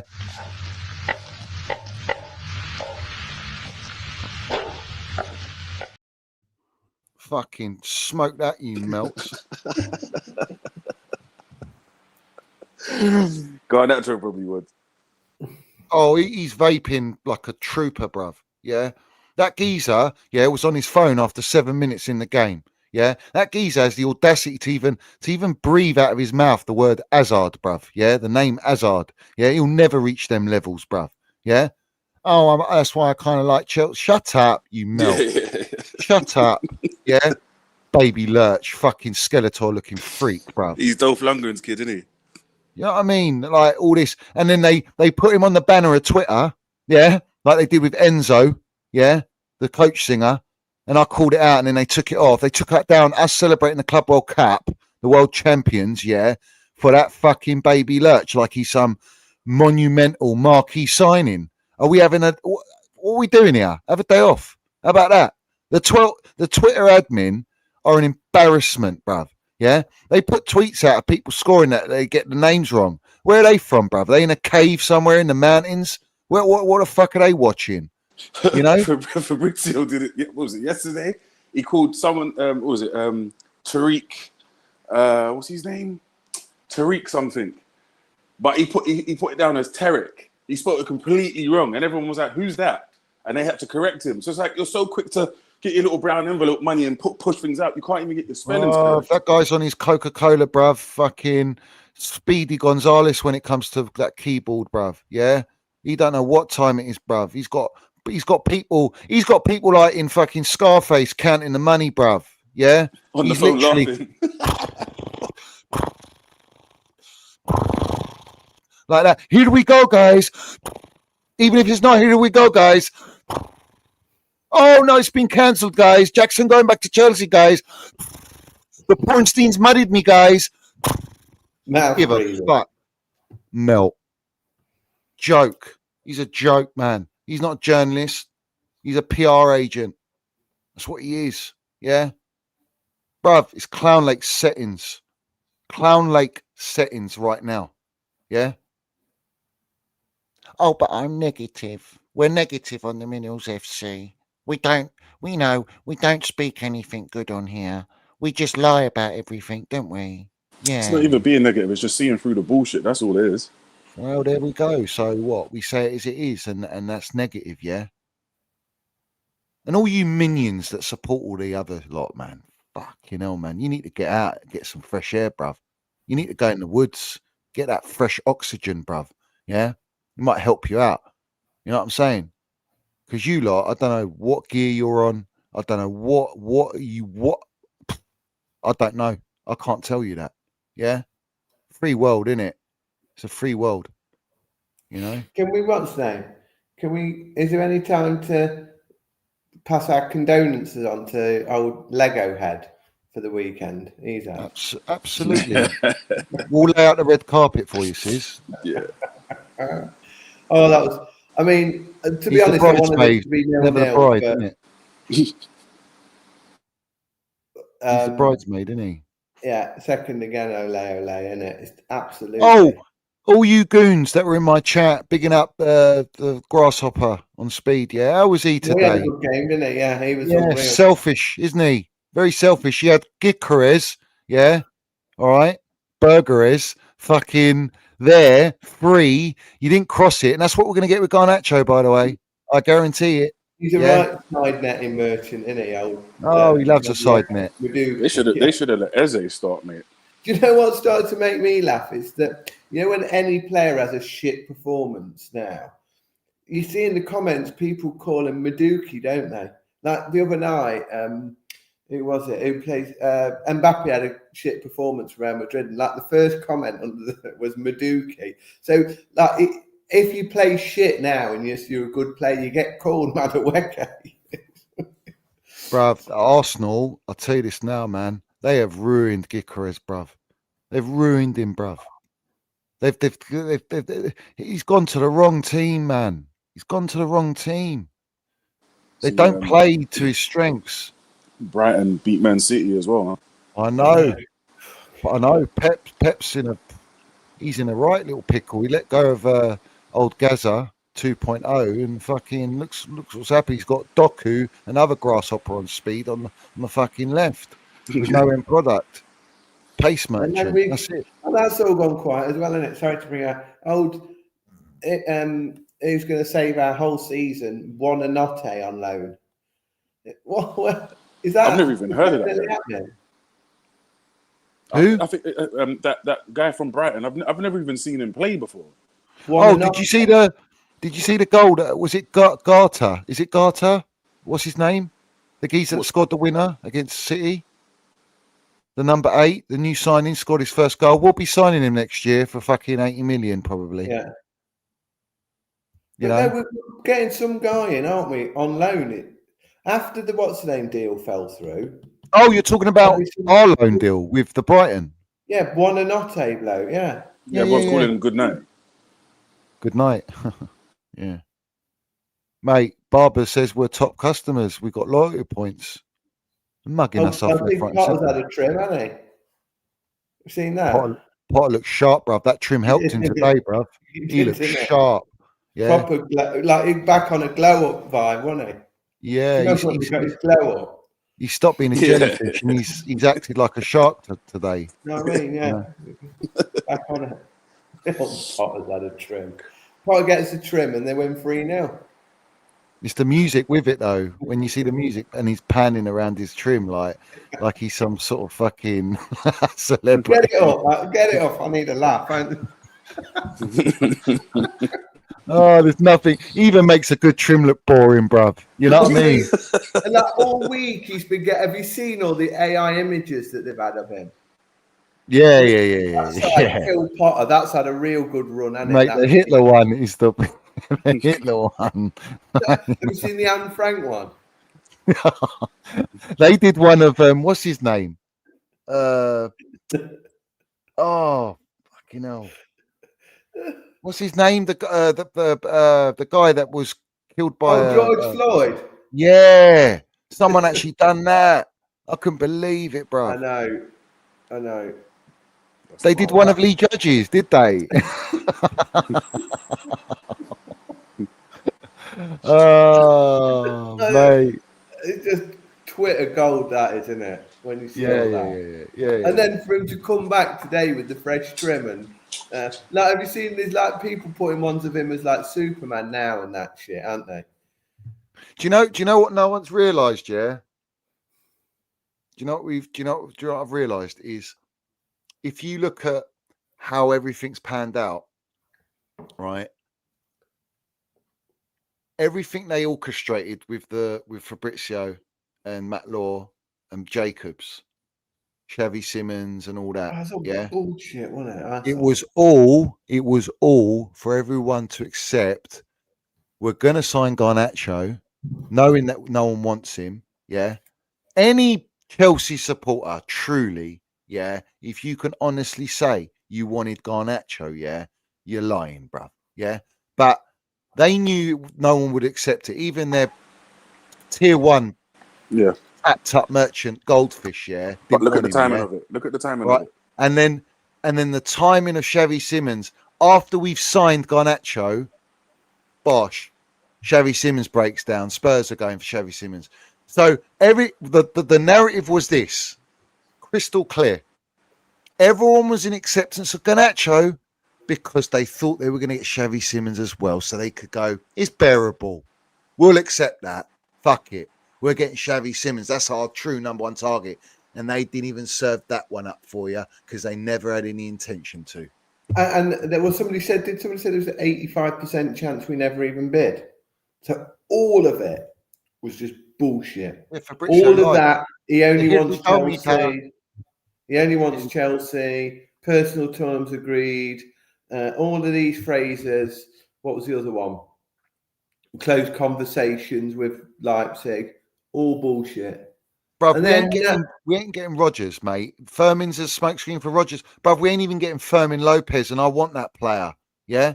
We actually need him. We're not signing any players. What people don't understand is, I don't know it in detail, but we're under embargo, aren't we, with UEFA? That we can't have a net. We've got to have a transfer deficit in terms of players sold and bought this season. Yeah? Yeah. And if we break that, we'll get banned out of Europe, won't we? This isn't a fine we'll get. So we cannot be in a position where we've got a net negative in terms of our transfer window via UEFA. I actually think we're in okay place with Premier League PSR rules, aren't we? It's the UEFA thing that's the big issue. That was always going to be the issue, Sis. And therefore, unless we sell a player for significant money, we're not going to be able to buy anybody. And who's there? Well, let's answer the question then, or you answer it. Who's there to sell value? Well, the only person is Jackson, but they've agreed a loan, so we're not going to buy anybody then. So who agrees a loan to then turn around and go, no, you need to pay up the money now? You've agreed the loan, yeah. Here we go. Now we're calling you back, and now, oh, by the way, Brian, you got to pay the money for Jackson. Yeah, Brian must be thinking you're having a fucking laugh. For 15 million cheaper than we agreed, didn't they? They said they could have. Was it like 70 million yesterday? And now it's I think they were paying his full wages as well, if I'm not mistaken. So I think this dude's come back from Sunderland, who's a backup.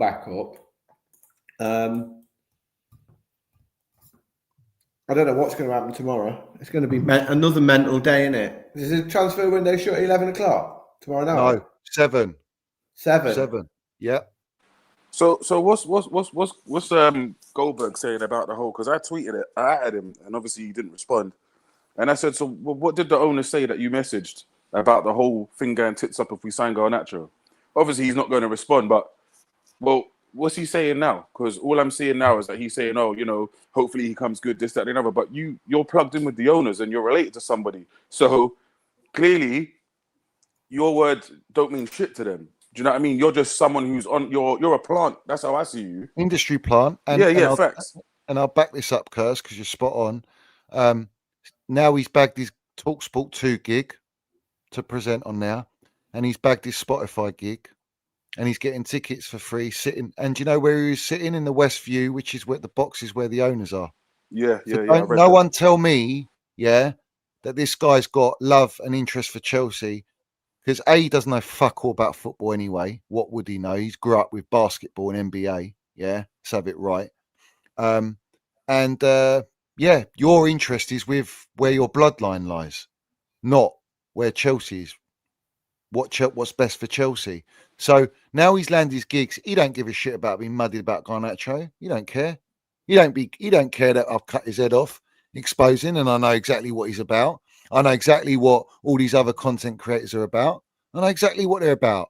I see right through them, bruv. Yeah? I've got that Superman X-ray vision, bruv, and your kryptonite don't work shit on me. You understand?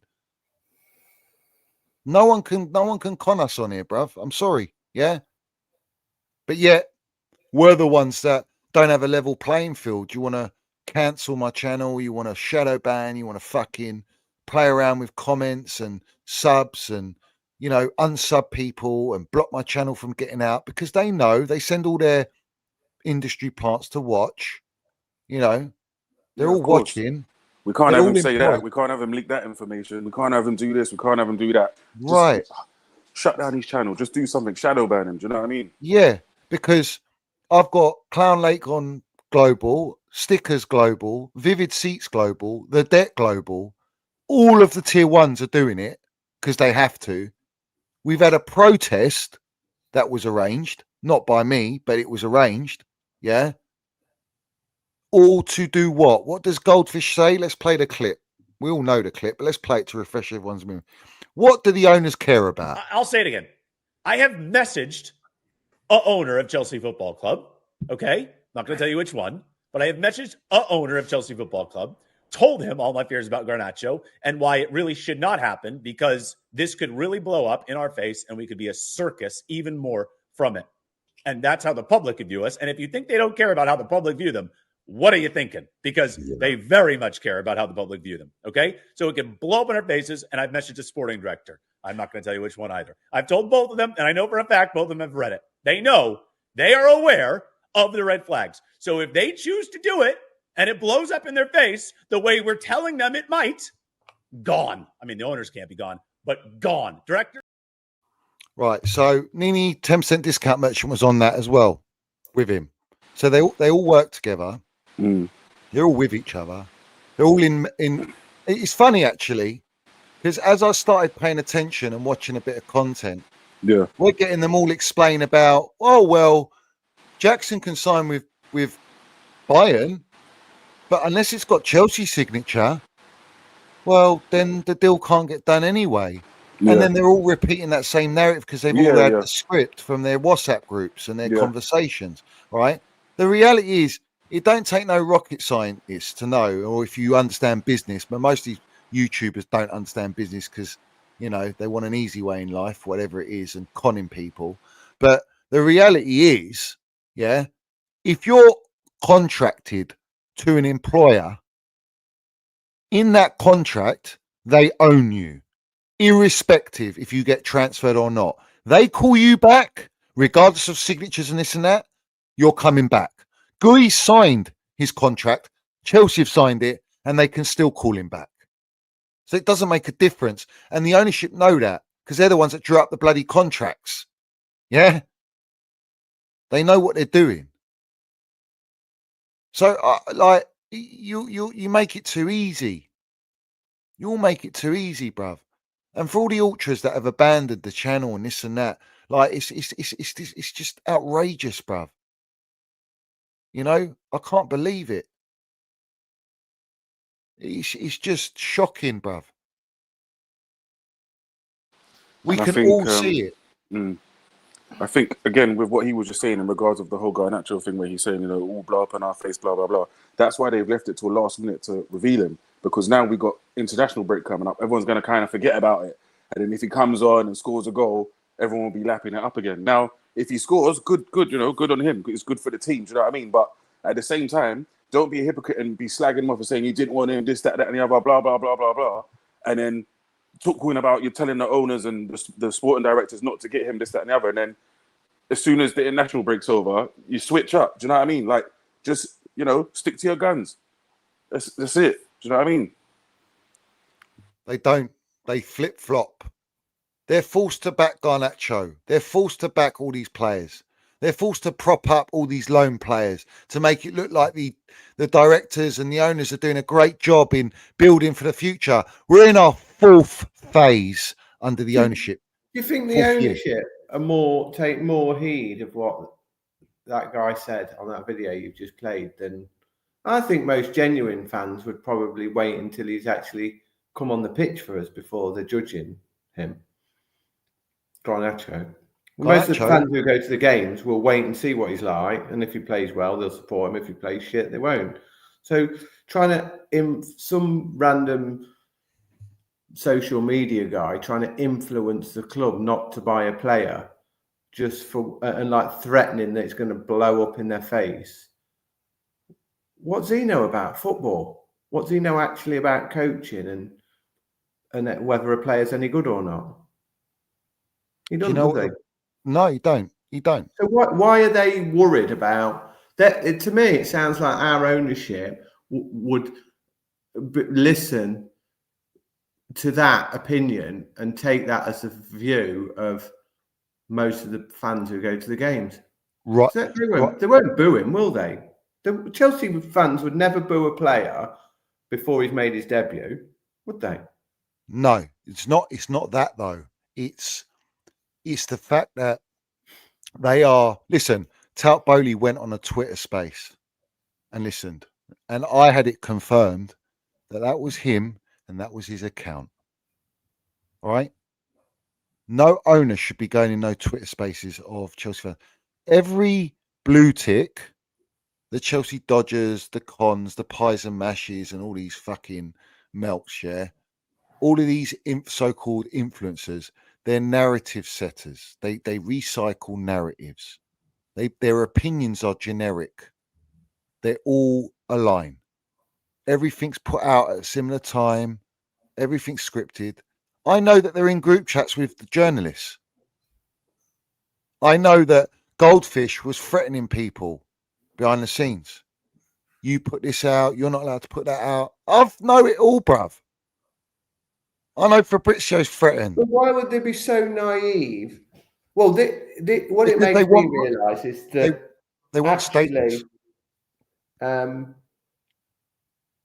you think about the fans who go to the game versus the global fans on social media, they stay off it, Sis. They're not on social media. And what I mean by that is there's probably more social media fans. Well, I know for a fact there's more people in the world who support Chelsea than actually the fans who go to the game. We're a very small number, aren't we? 40,000 people, 3,000 to go to away games.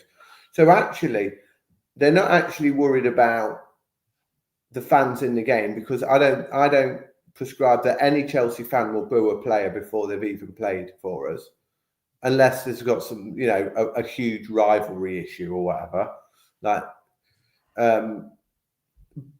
But it seems to me like they're worried about social media responses rather than what the actual fans. Right. So I'll explain.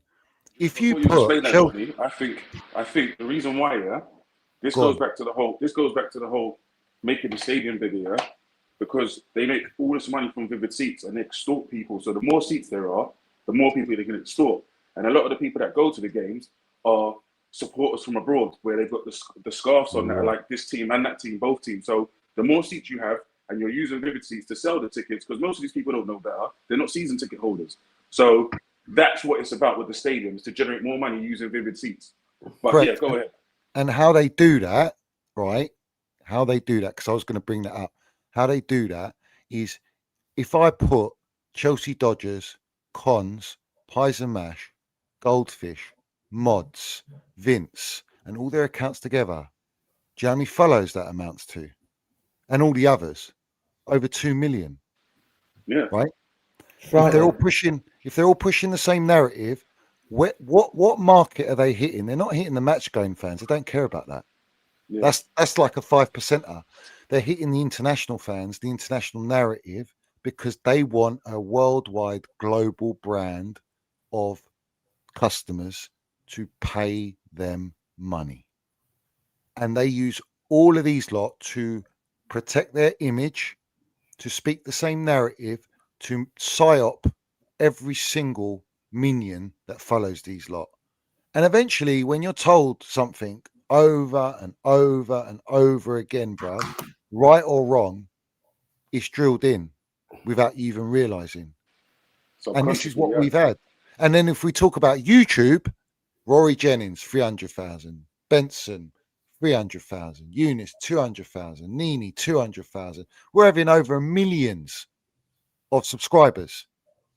Matits, everyone, all pushing out that narrative.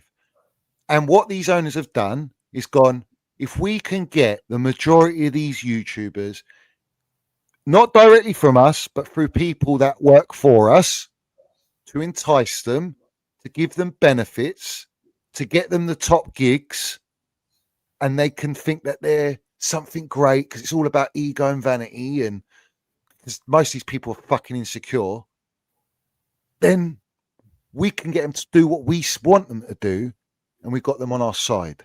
And on the social media platform, like you're getting Gold Bitch now, the United Stand one, the Bent Copper, he's on Bundesliga now with that gig. So they want to. Do you understand what I'm saying? Like, it's not about match going fans. If they could, they'd have them all out the door and just sell everything. Anyone wants a ticket, you've got to wait in line. That's what they want. It's all about making pound note. We're like owned by like a supercomputer. I bet we're not even owned by what's the name? We're probably an AI software. Organism. Yeah, we're just owned by like some Matrix style computer, aren't we? And it's all about it's all about revenue at the end of the day. Every decision is about revenue, isn't it? Bitcoin, AI created. Yeah. The software that runs Ticketmaster is owned by Clearlake. Yeah, that's wild. So what they do is they AI hack in the system to take tickets, make out it's sold on the Ticketmaster, pay them for those tickets, and redistribute them, recycle them with Vivid Seats. And Vivid Seats then finds the loophole to get out of the Premier League breach and FA breach and sell the tickets for 1,000% profit. That's how it goes. That's when you talk real. That's what they do. Right. So they use Ticketmaster to cover it up. Now you got members paying for a True Blue membership, 60 quid, and they're 100,000 in the queue. You ain't getting a ticket then. And it'll be pot luck if you get a ticket. It's like a lottery. Did you hear what they did for Brentford away? You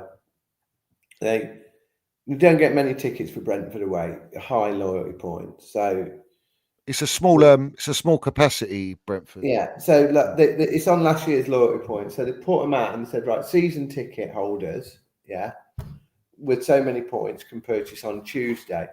So, but members were able to go in on that day and buy tickets, right? So loads of people who weren't eligible to buy tickets bought tickets for the game, right?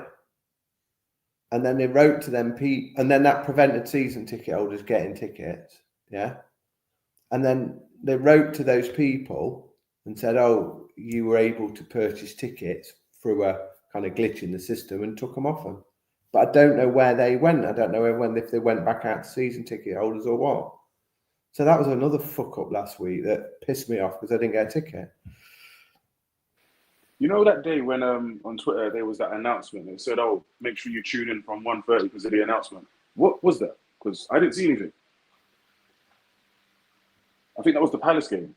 If I'm not mistaken. It was unveiling a poster that was stuck to the freaking top of the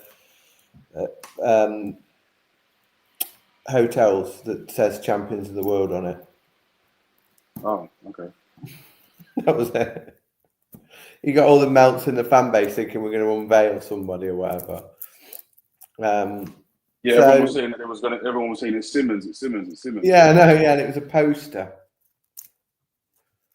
that half the ground can't see anyway. So, Brad's dad goes, big up to you, Geezy. He goes, why are you guys shocked that the owners don't love the club? Well, this is the facts here. Yeah, we're not sure. It's that they don't give a fuck, but Roman Abramovich did give a fuck. And that's why most of these melts that are on social media are all fucking Chelsea supporters, is because of the success that Roman brought to our football club. So what I do is I hold the standards where they were left. Yeah. Debt free. Now we're in fucking billions of debt. All right. Can't build a stadium because they can't afford it to generate the money. So they're using Vivid Seats as their mechanism to generate the money. Like we've got an 80, 90,000 capacity stadium. Yeah. But people are a bit dim these days where they don't realize what the game is. All right. They are blood sucking vampires. This project's not for football.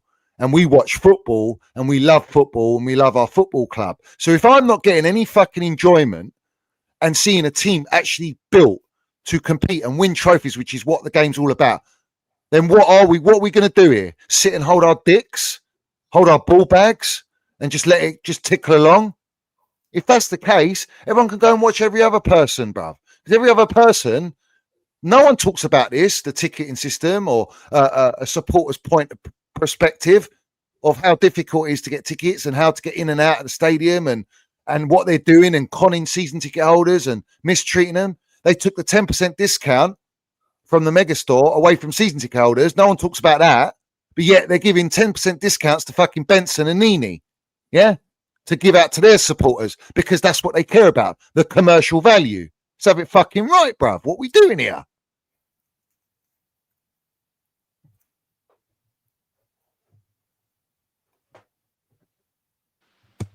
Shit, it's crazy, man. It's crazy. And the fact, like I said to you before, a lot of other teams are going to start doing the same thing. They're going to follow because they say, well, follow the yellow brick road because that's the route to money. Do you know what I mean? So that's what they're going to start doing. This is it, Brad. Yeah? As a whole. Brad says, I've been here long enough to know your opinions. Fair. Good. You're still supporting. Respect. He says, yeah, it's wasted energy. All owners are vampires. This is the difference between me and that mentality and everyone else around me is I don't surrender, bruv.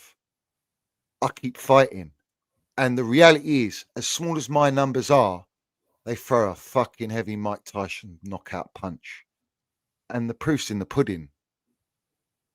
There's a reason why it's shadow banned and this and that and attacked all the time. Because all these ones with big numbers, they don't have influence. They're there to influence the ownership narrative, the agenda. That's what they're influencing. I'd rather sit on this side and fight and call it out and speak the truth than do what all these other fucking pound note merchants do and sell it out. That's me, bruv. I won't change. I don't need to do this. And that's the beauty of it as well. I don't actually need to do this. I could count many times I thought about it. I'll just shut it down. Fuck Big it. up Chelsea Empire. Come on, I see you. I'll just shut it down, bruv. Because at the end of the day, but do you know what it does? It gives a voice to people that actually see the shit. It gives a voice to someone like Curse, someone like Sizzla who goes to every game to let it out, to give their opinion, their perspective, for everyone in the chat and everyone in the community to have someone there to speak it out as it is. Because there ain't no one else doing that. Let's be real.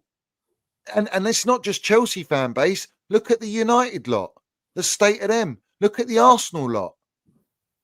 Look at them all. Where do they call out ticketing? Where do they call out the real issues at football clubs? Where do they call out the corruption? Where do they call out the amount of American owners that there are? And we could be monopolized by them. And the game's gone. Why do they think our game is gone? Why do you think you got VAR? Why do you think? Because everything can be controlled. The narrative's controlled.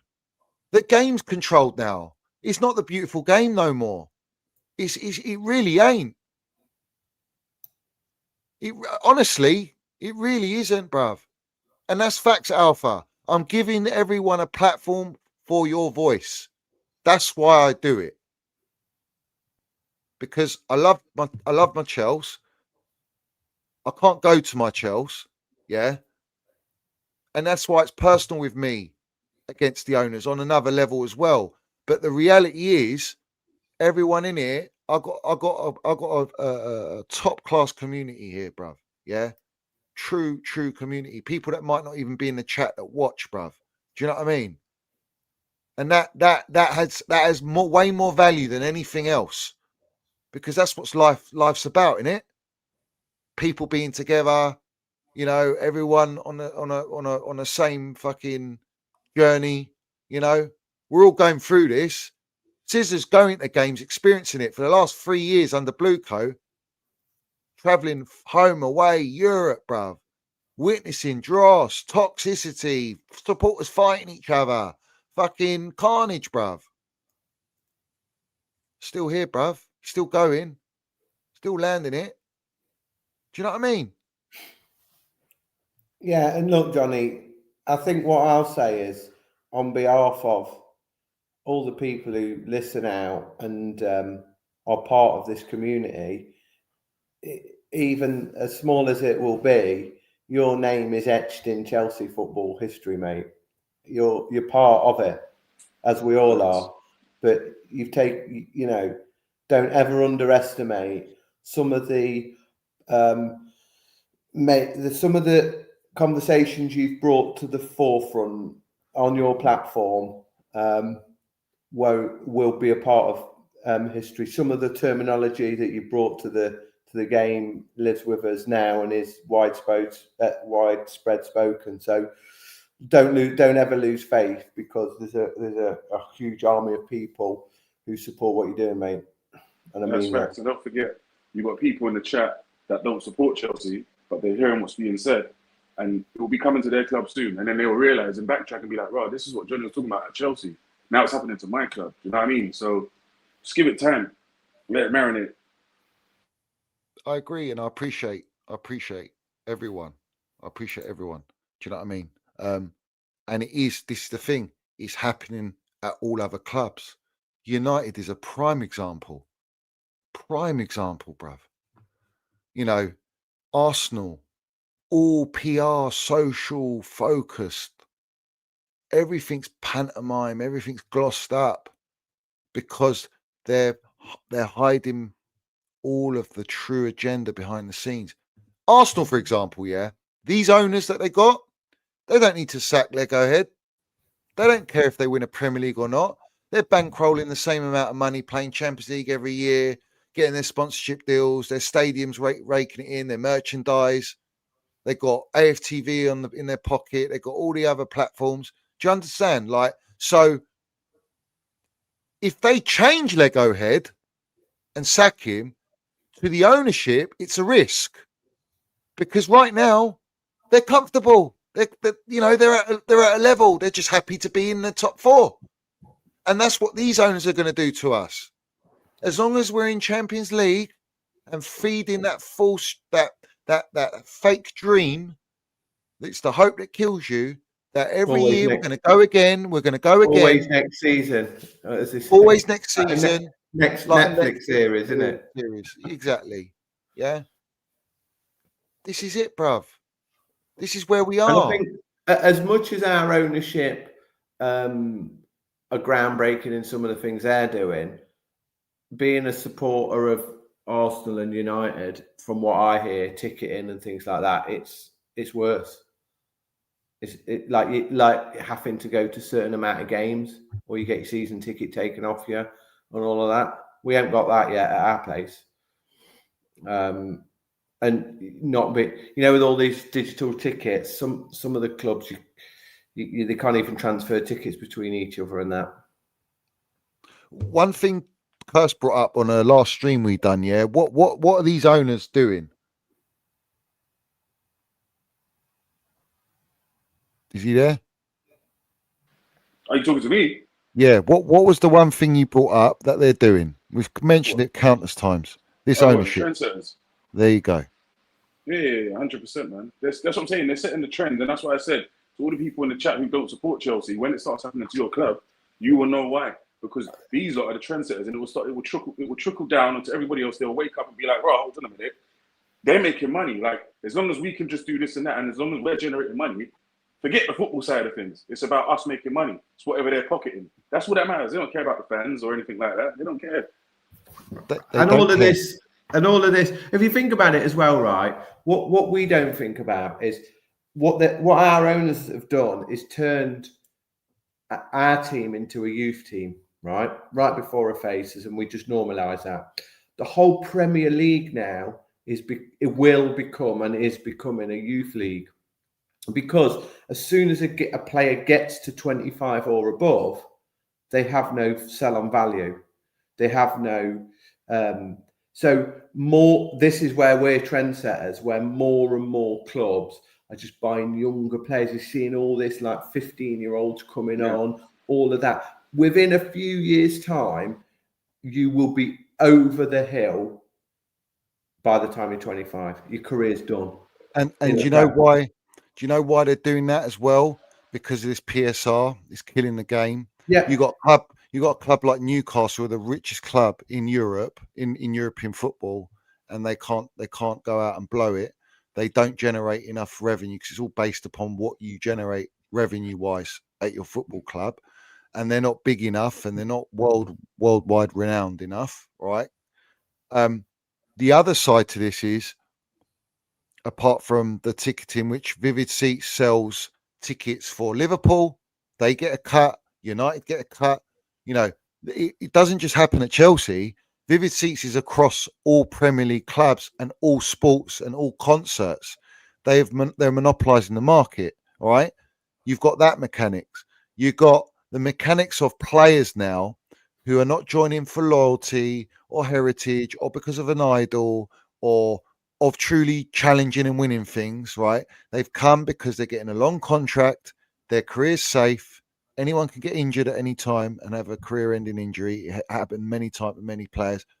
They're getting their bankroll. Their agents are getting every year a commission of that salary, and then they do contract renewals. And if they don't do a renewal or contract because they're on a long contract, they have value on their on their contract and value and leverage for the ownership to then sell to the next club for money. Once their values depreciate on our books, for example, the club that buys them, even if we don't think it's a lot of money, they're still making money, and the player and the agent still get more money going to their next move. So more and more players are going to be moving a lot quicker than what we're used to in the game, where a player actually does stay for remember, minimum 3 years. Minimum. Well, I think the other thing is, Ariel's got it bang on in the chat. What's happening is we're turning into a youth league, right? And you can't, with players up to the age of 25, yeah? And all the top players after that are going to Saudi. So I know we don't like this narrative, and we think that the Premier League's the best league in the world, but look at the Saudi teams, look how they're beginning to strengthen, look at their players. Have you seen who they've got up front now for the team that Ronaldo plays for? Their front four is like Mane, Ronaldo, João Felix, and somebody else. Yeah.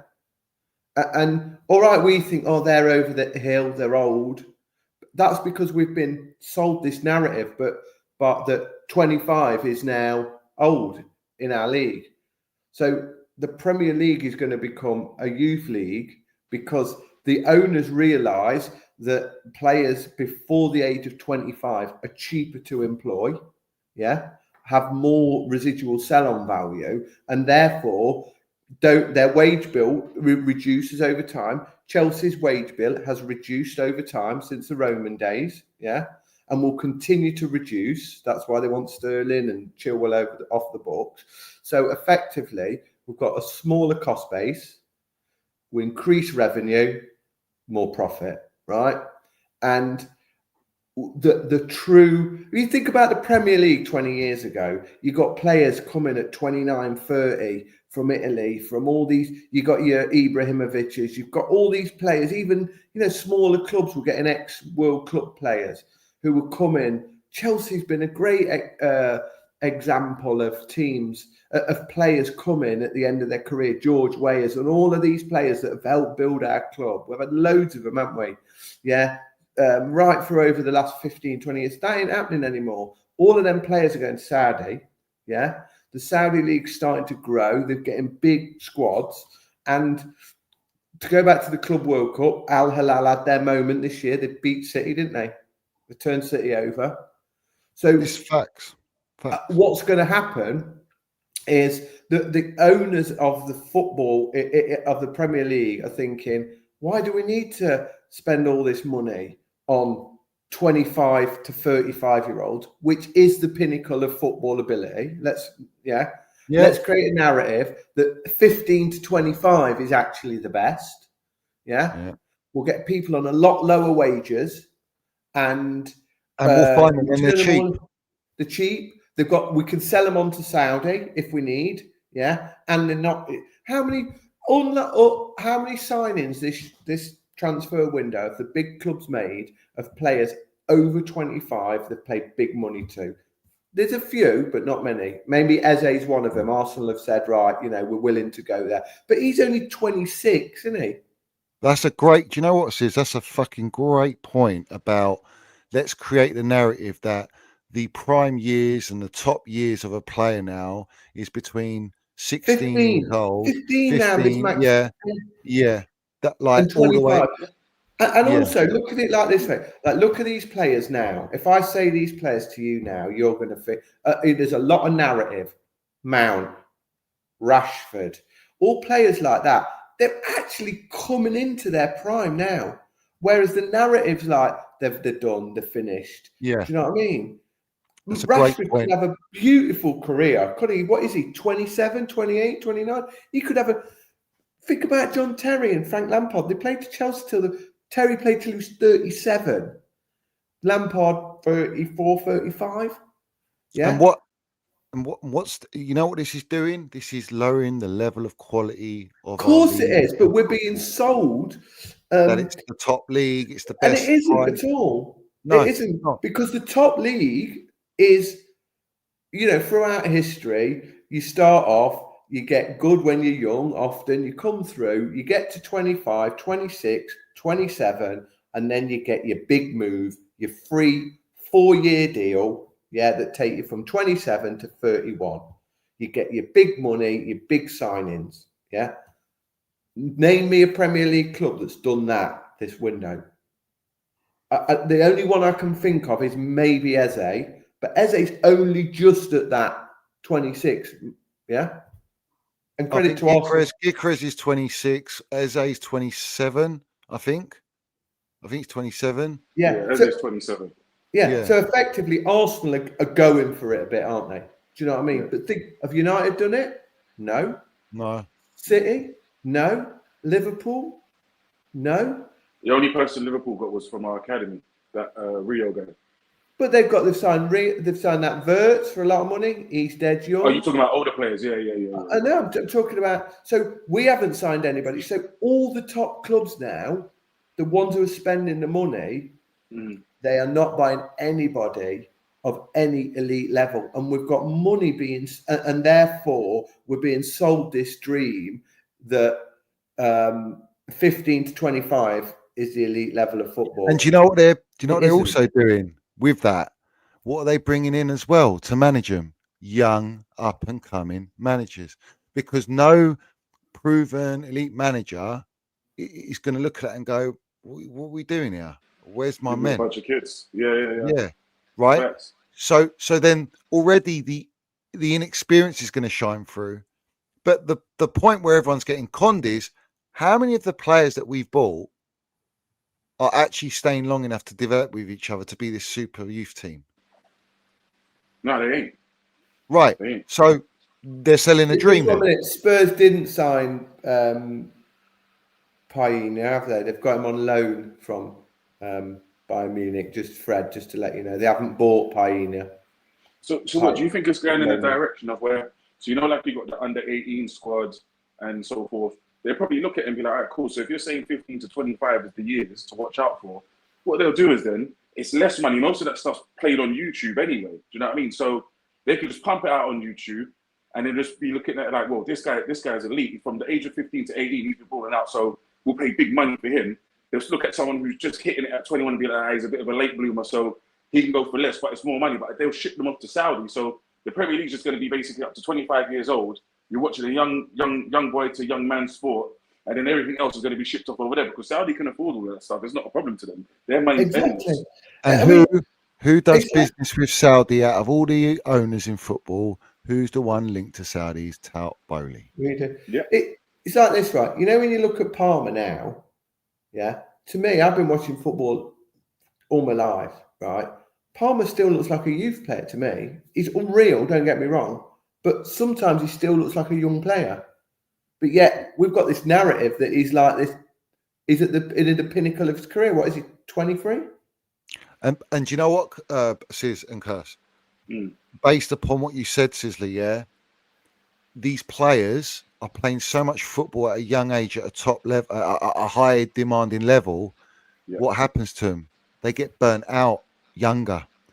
Yeah, exactly. They start getting injured younger, and that's why the resale value's got to be capped at 25, right? Because they know after 25, the chances are they're going to be done. And another flip to the script on this one is because of PSR, most clubs can't afford the 100 millions for all these players. So it's like, it's a swings and roundabouts, isn't it?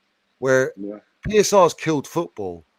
Like, and obviously Roman was the reason why PSR was invented, because of the way he spent, bruv. But he spent with the intent to dominate and win, right? He didn't spend with the intent to build, you know, over the 10 years. Like, he was just all about winning, bruv. And he did that. And how many times would Roman bring a 31-year-old World Cup full international attacking player to the club for a year deal to sign him? Who was that fat bloke we had under Sarri who played for Argentina in the World Cup final? Played for a season with us. Bearded bloke. Higuain. He's a classic example. Yeah, we bought him for a year, top level. There was a cap, wasn't there, Sizzla? They used Roman always had a cap. He wouldn't give you more than 1 year once you hit 30 years old, because he knew that it's resale unless you were that valuable to the squad and to the team. Like if it's Lampard, if it's Terry, even Lamps and Terry, there was those discussions like where they didn't get like big long contracts because of the age they're at. But football was renowned for once you hit 31, 32, you know, you're close to ending your career. Because I used to love it. A span of 10 years, isn't it? Really. And I used to really like the fact that Chelsea every year would sign some player that was in the 30s, but they were a full international. They'd probably played for Bayern or Real, or they were, you know, and they'd come to Chelsea. Eto'o's another one. You know, all of these players had come for a season or two, wouldn't they? Well, we're not getting any of that now, are we? But this is the point. Like, you're buying renowned names, established names, to help the team, to keep the levels up. To, you know, remember when we had Didier Drogba, right? And Roman goes, "No, I'm going to bring Shevchenko as well. Fuck it." Do you know what I mean? And then Didier had to up his game because of Shevchenko was well known for being a world-class player. You know what I mean? We had exactly. Alfie's just reeling them off now, isn't he? Like all of these players that used to come to Chelsea for a season or two that would raise our level, and as fans watching the game, they would make an impact, wouldn't they? Now we've got kids playing for us. There's a difference between PSG and Chelsea. It's clear as day, bruv. Like, they bought Kvaratskhelia mid-season because they wanted that extra ammo. You know what I'm saying? A winner, good age, resale value, pay him a decent wage, but he's a baller. They got Dembele experience. They got Marquinhos, Hakimis. They bought that Vitinha. Yao Neves, young player, but with potential. When you put young players with potential or top talents that they could be, they've got the potential to be what you think is, after scouting them, they're going to be a level. Yeah. If you put them with a bunch of other players that are on the same age, then where are they looking up to raise the bar? And I was having this conversation with my mate today, actually, about Caicedo. Because Caicedo's showing a real top level, right? And on a consistent basis. But his partner ain't on his level. There's a lot of players around him that aren't on that level. But if you put Caicedo in a team where there's older players with experience, and what do you think that does to Caicedo? He has something to learn from. He has a manager that's experienced. It's going to elevate his levels. And he actually hits that pinnacle of being truly consistently world class, right? I don't think he's ever going to have that at Chelsea. I don't think he'll be long enough to be at Chelsea to do that. He'll end up stagnating if you don't have any kind of top quality around him. Exactly. He'll just stay at that level. And PSG have that blend. They've got a blend of leaders' experience and that, and they've got an elite gaffer. Like, all right, yeah, we mudded him in a one game. Anything can happen in the final, but you can't deny that this guy, in less than 2 years, has transformed PSG. It's the same with Real Madrid. But look how old Modric was. Yeah, and he's got all them kids around him learning from him. There's no money in the French league, right? Yeah, the commercial revenue that you get from being in the French league it's like being in the Scottish league, probably a little bit. Yeah. So PSG owners clearly aren't in it for money. They're not. They can't be, because there is no money in the French league. All right, there's money in Champions League, but the amount of money that they're much more of a Roman model and a Man City model, where they've got bottomless pits of cash and they want to compete to become the best team. Yeah, in my opinion. Do you know what I think the downfall for City has been, actually? And I clocked this today, like watching them. They have gone down this route of buying a lot of young players, right? But they were doing it in a way where they were still buying some, like, at the right stage. Like, Pep was always buying players that might be at a good age, but they're ready to go to that next level where he can then take charge, right? But what I've noticed since they lost that Tiki, whatever his name is, that director, and he left, and then the guy that went to Man United, is it Barrera? What's his name? Omar, yeah. Since those two have left, have you not seen a difference in the type of signings that they're making? Have you not seen a difference? Like, it's not really like, I don't see it like Pep's being given like what actually fits. Like, these directors knew exactly what Pep needed. Like, they come from Barca, they knew him at Barca, like they know what his blueprint is, right? And I think they've lost that at City. I think they've actually lost that, and that's why they're struggling, because they haven't got that right balance. And I also think the City model is they're not spending huge money anymore, and they're buying young players. They, again, as Kerr said, trendsetters. Clearly, trendsetters. And they're facts, and they've got the 115 charges, so they've bought to back them up in case something does happen. Somebody I've just read tonight that next 4 weeks on that, we might hear something. I know that's like David's spot on, but they retained quality veterans, and that's a fact. And that's what PSG are doing. They got some veterans in there. Do you know what I mean? You football blueprint, you can't change it. These lot are trying to reinvent football, and they don't know nothing about football. Yeah, make it make sense. Let's be real, yeah. You know what I'm saying? I really do hope that Thiago Silva comes back to our grounds and teach some of the people there some stuff for that, man. Because I still think he's a baller. I don't care what no one says. He's the last one, isn't he? He's like somebody said before. There would not be another Thiago. He's the last one. Generational. He's generational. And his son's part of our academy now, isn't it? Right. So with Thiago, yeah, everyone remembers the narrative. Oh, he slows us down. He's not this. That. Remember, they were turning on Thiago that season. Like, I think it was the early season under Potter. I swear, they were turning on him. Yeah. Then he was playing, and everyone could see how many times he saved us. That geezer saved us so many times under this clown ownership. Yeah. But I know for a fact, Thiago and Bell were going to unleash it, bruv, and land the minerals and tell a lot of things. But their kids stayed in the academy and they couldn't do it. But they know a lot, bruv, of what's going on. And Bell Silva actually put out a tweet, says it's not too late to change it before it's too late. And they haven't changed it. And it's going to be too late. I think this season, I'll be real, I think this is going to be one of them ones, mate. Well, I fall like my lad about this for me. I think. But before you say that, I will say this before you land. This is the thing where we get away with it is teams like Newcastle, Villa, Forest. They're falling away.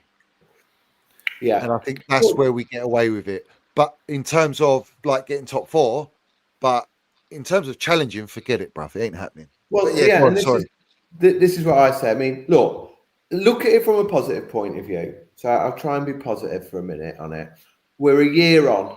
We've got continuity. Our manager has been in place for a year. We've built, the young players have come through. We've kept a core. And compared to where we were this time last year, we've got a year's experience. We've won 2 trophies. And we're now I think we're in a better position than we started last season, right? On the pitch. But all our rivals who finished above us, the 3 teams who finished above us last year, they haven't rested on their laurels. They've gone further away from us, in the transfer window. In terms of their ambition, look at Liverpool's ambition this year. I know they've had a big change in the squad, but the players have signed. Look at Arsenal's ambition this year, And if we are looking to go ahead of them, if we were behind them last year, we needed to have more ambition in the transfer market than they did to get even to their level. I think their squads are now stronger than a year ago than ours. So I think we're firmly planted in 4th position. Will be our best, the best we can achieve this year. I agree with that. Breaking news. They've informed Jackson and his agent to return to London again. After recalling Mark Gay, they want this guy. So both of the players that we've loaned out this season, we've got them back now. Yep. Joke. Bruv, anyone back in this shit? You know what? It's going to be a downfall, this. This will be a down. This is going to be bad. It's going to get toxic. I'm telling you now, Jackson. He's vocal. He told Mikel to shut up and stop talking shit. What do you think he's going to say now?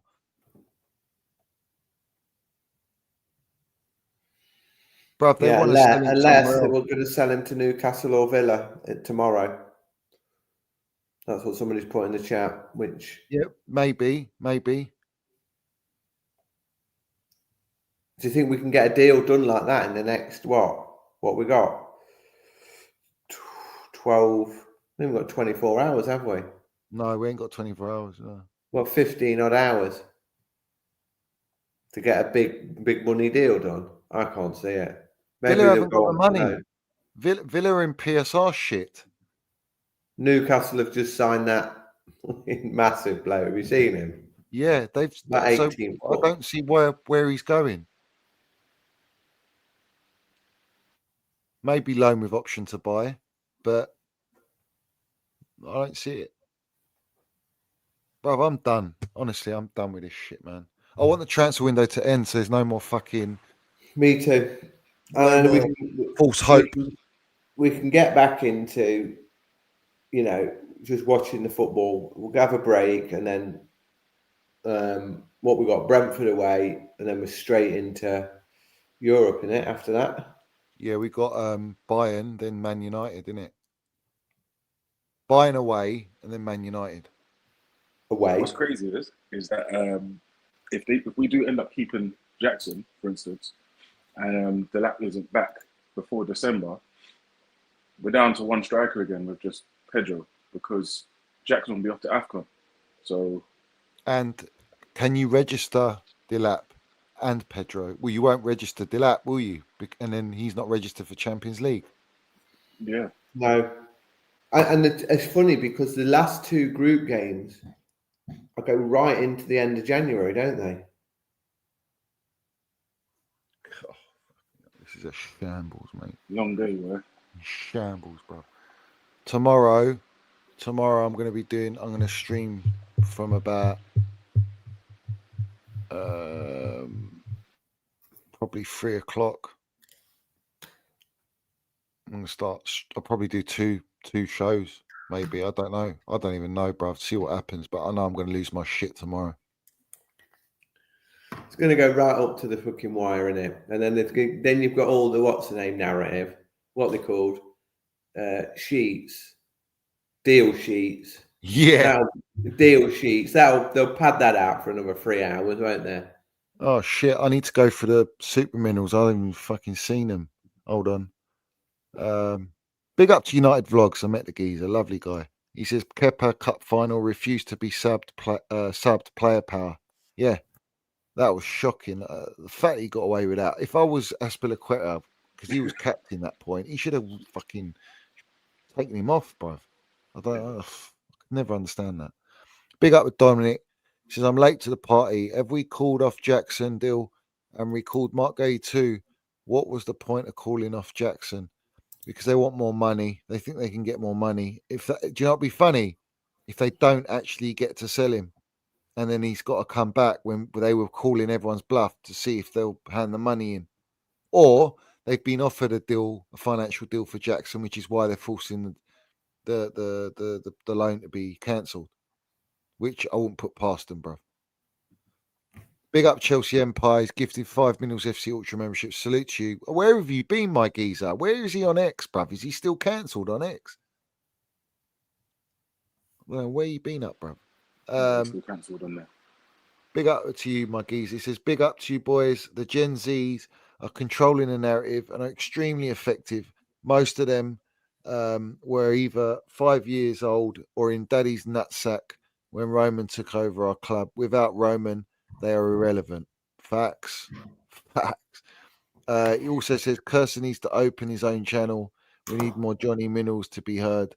The more of us, the more will be heard. Vivid Seats will destroy the real people, the real proper Chelsea fans. It's already happening. It's done. Big up to Jeff. Ultra, he says Chelsea's very corporate now, so they'll want to control the entire narrative. So we need another source of the truth. And you do that. Thank you. Big up to you, my geezer. Big up to everyone, bruv. Big up to everyone. I think that's it at the moment, lads, yeah? In terms of news. So look. All right, flick on if Furman's leaving tomorrow. Let's talk about the team, not the players. The most important thing now is when the market closes, everyone is 100% committed to this club. No egos. Egos kill success. Last season, we played as a team and we have to go back like this.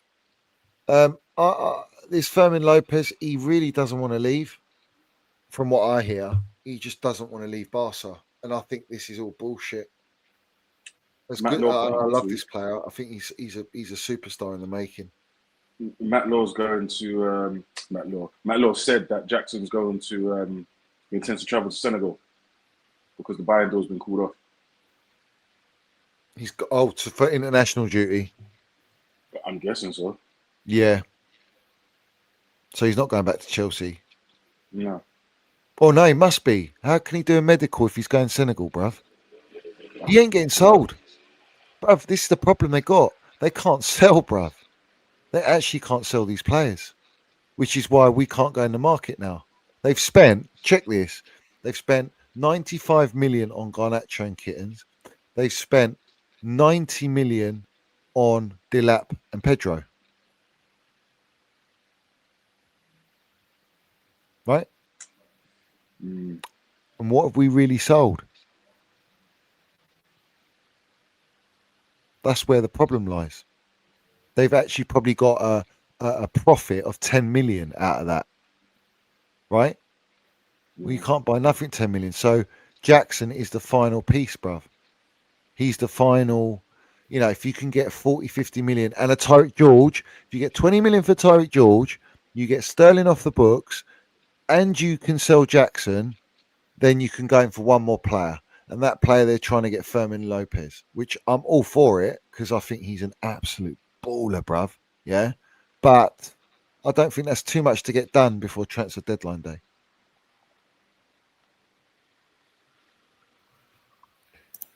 Our owners have decided that the best way to create a transfer window is to loan players out at the start of the window and then bring them back on deadline day. Yeah, so it looks like It's they're crazy, doing isn't something. it?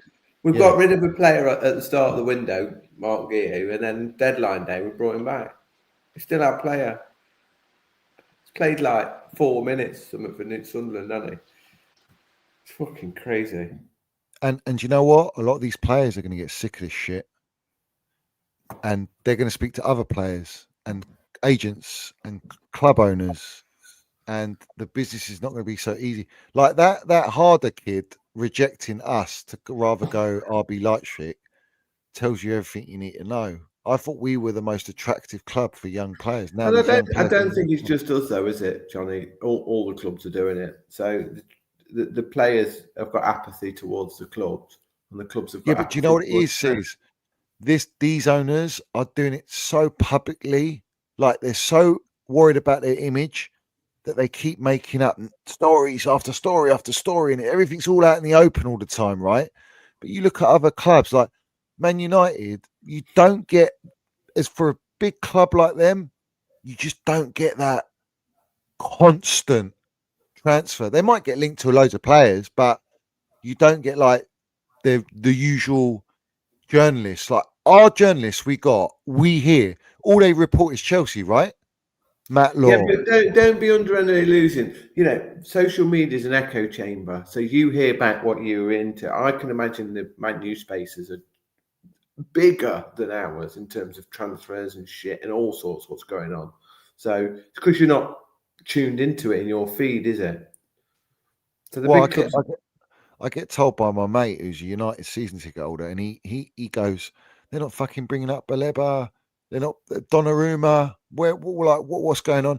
They were linked to because Good Evening had a meltdown today, didn't he? With his goalkeeper, kept repeating his goalkeeper's name. Yeah, when she was asking where is he, why is he not Martinez? Yeah, and then Martinez was linked to Man United. Now he's linked to Man City. And that happened last time with Donnarumma. United were linked to Donnarumma, and then Man City were linked to Donnarumma. It's like, bruv, this window, yeah, I'm telling you now, this is a fucking 1 out of 10 for me. And that one being Pedro. I'm telling you, it's atrocious. And then, let's wait and see with Gittins because he's 3 games in. Because it's big money and... Bruv, I can't say anything about him because I ain't seen him since. Absolutely, yeah. I don't. What is he going to play over Garnacho? Doubt it. So where are we going to see him? I don't know. And he hasn't really made an impact, has he? When he's come on. Well, what's he meant to do? Because he's not. He's fucking. He's behind in development. He's one for the future. Yeah, another one. 60 million for the future. Yeah. I can't believe Arsenal bought Madueke. Honestly, I am shocked. I'm shocked, bruv. Just 003. He's not a footballer, man. He's not a footballer, bruv. He's. Do you know what? As well, though, I actually saw him today, and I actually thought on that pitch, he got a bit of. He was trying really hard. I thought he was getting stuck in a bit. Yeah. And I thought, like, we take it for granted. When he played for us, he didn't get stuck in at all. But put him in an Arsenal team who were just fucking shit. That he looked like he was really getting stuck in. I thought. Do you know why? I'll tell you why. I know the answer. because when he was at Chelsea last summer, they tried to sell him. They kept him. He's gone to a club that actually want him and want him to be part of their team and their journey. These players are young and they're human beings, bruv. They're not thick-skinned as like they act because they're just like always in the media. It's a big thing. And a lot of these players, like Jackson, is a prime example where he feels like he's been treated disgracefully. It's like, you don't want me here. You've told me I'm not even going to get, I've got to sit on the bench. They said it publicly about Trev, but look what Trev's doing. He's landing it. Like, these players are human, bruv. I know we might come at them, yeah, like, we slander them a bit, whatever. You're not good because we're used to certain levels, right? But it's not a personal thing. It's just, we want the best of the best at the club, and maybe you're not the best, or you're not ready at that level yet, and we need that level, right? But fuck me, man. Some of these players they served up, bruv, where we're forced to back it. It's unbearable at times. Now everyone's forced to go, let's see what Garnacho can do. If he fights with the United players, like Enzo tried to give it a mount, and then in the dressing room he puts his head down like a little puppy. Yeah, it was all for the cameras. Or Garnacho going to do that, and everyone's going to go, "Oh, we love him. Oh, he's proper Chels." Do you know what I mean? You've actually got to deliver. People were saying he was proper Chelsea because of that photo of him when he was young with the Chelsea zip up on and he's capped backwards. Pay off, man. What are we doing here, bro?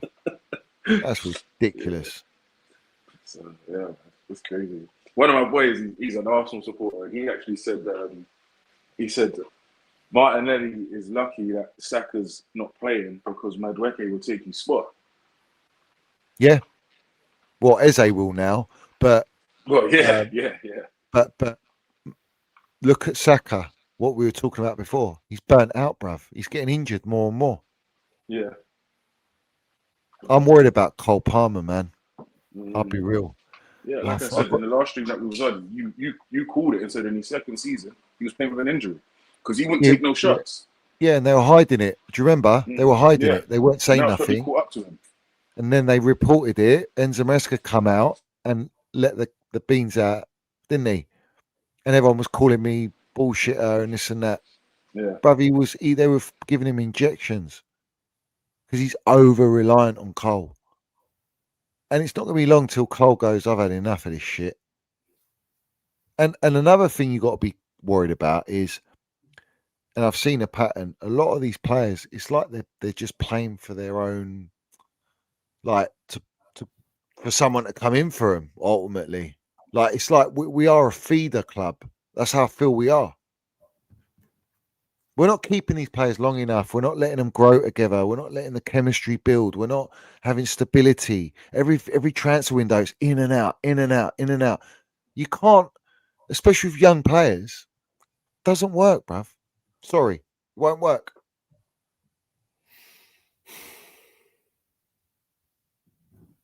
And we're seeing that evidence on the pitch with the type of performances. And look when he plays Cole Palmer on the right. For fuck's sake. Why is he adamant to put him as a number 10? Why? Because you got to put the other players in the shop window, Enzo. So we need a left winger. We need a right winger that we're going to sell. We're going to flip them. So Cole can play in the 10. But yet in the Club World Cup final, you put him on the right, bruv, and he balls out. Yeah, they know that's exactly why they played him in the final, because they wanted to win that trophy to try and make a statement. Right. There you go. Buy more time. It's all about buying time. Bruv, yeah. Let's see. We'll see where we go. Tomorrow's going to be mad. So I hope all the ultras are going to be tuned in. And they gave a contract extension to both directors, mate. Yeah, they worthy of a contract extension. You're even giving them contract extensions. Like someone wants to sign them fucking two clowns. Joke, bruv. Big up Jack Kelly, man. Land it, bruv. Land it, Clown Lake. Let's go.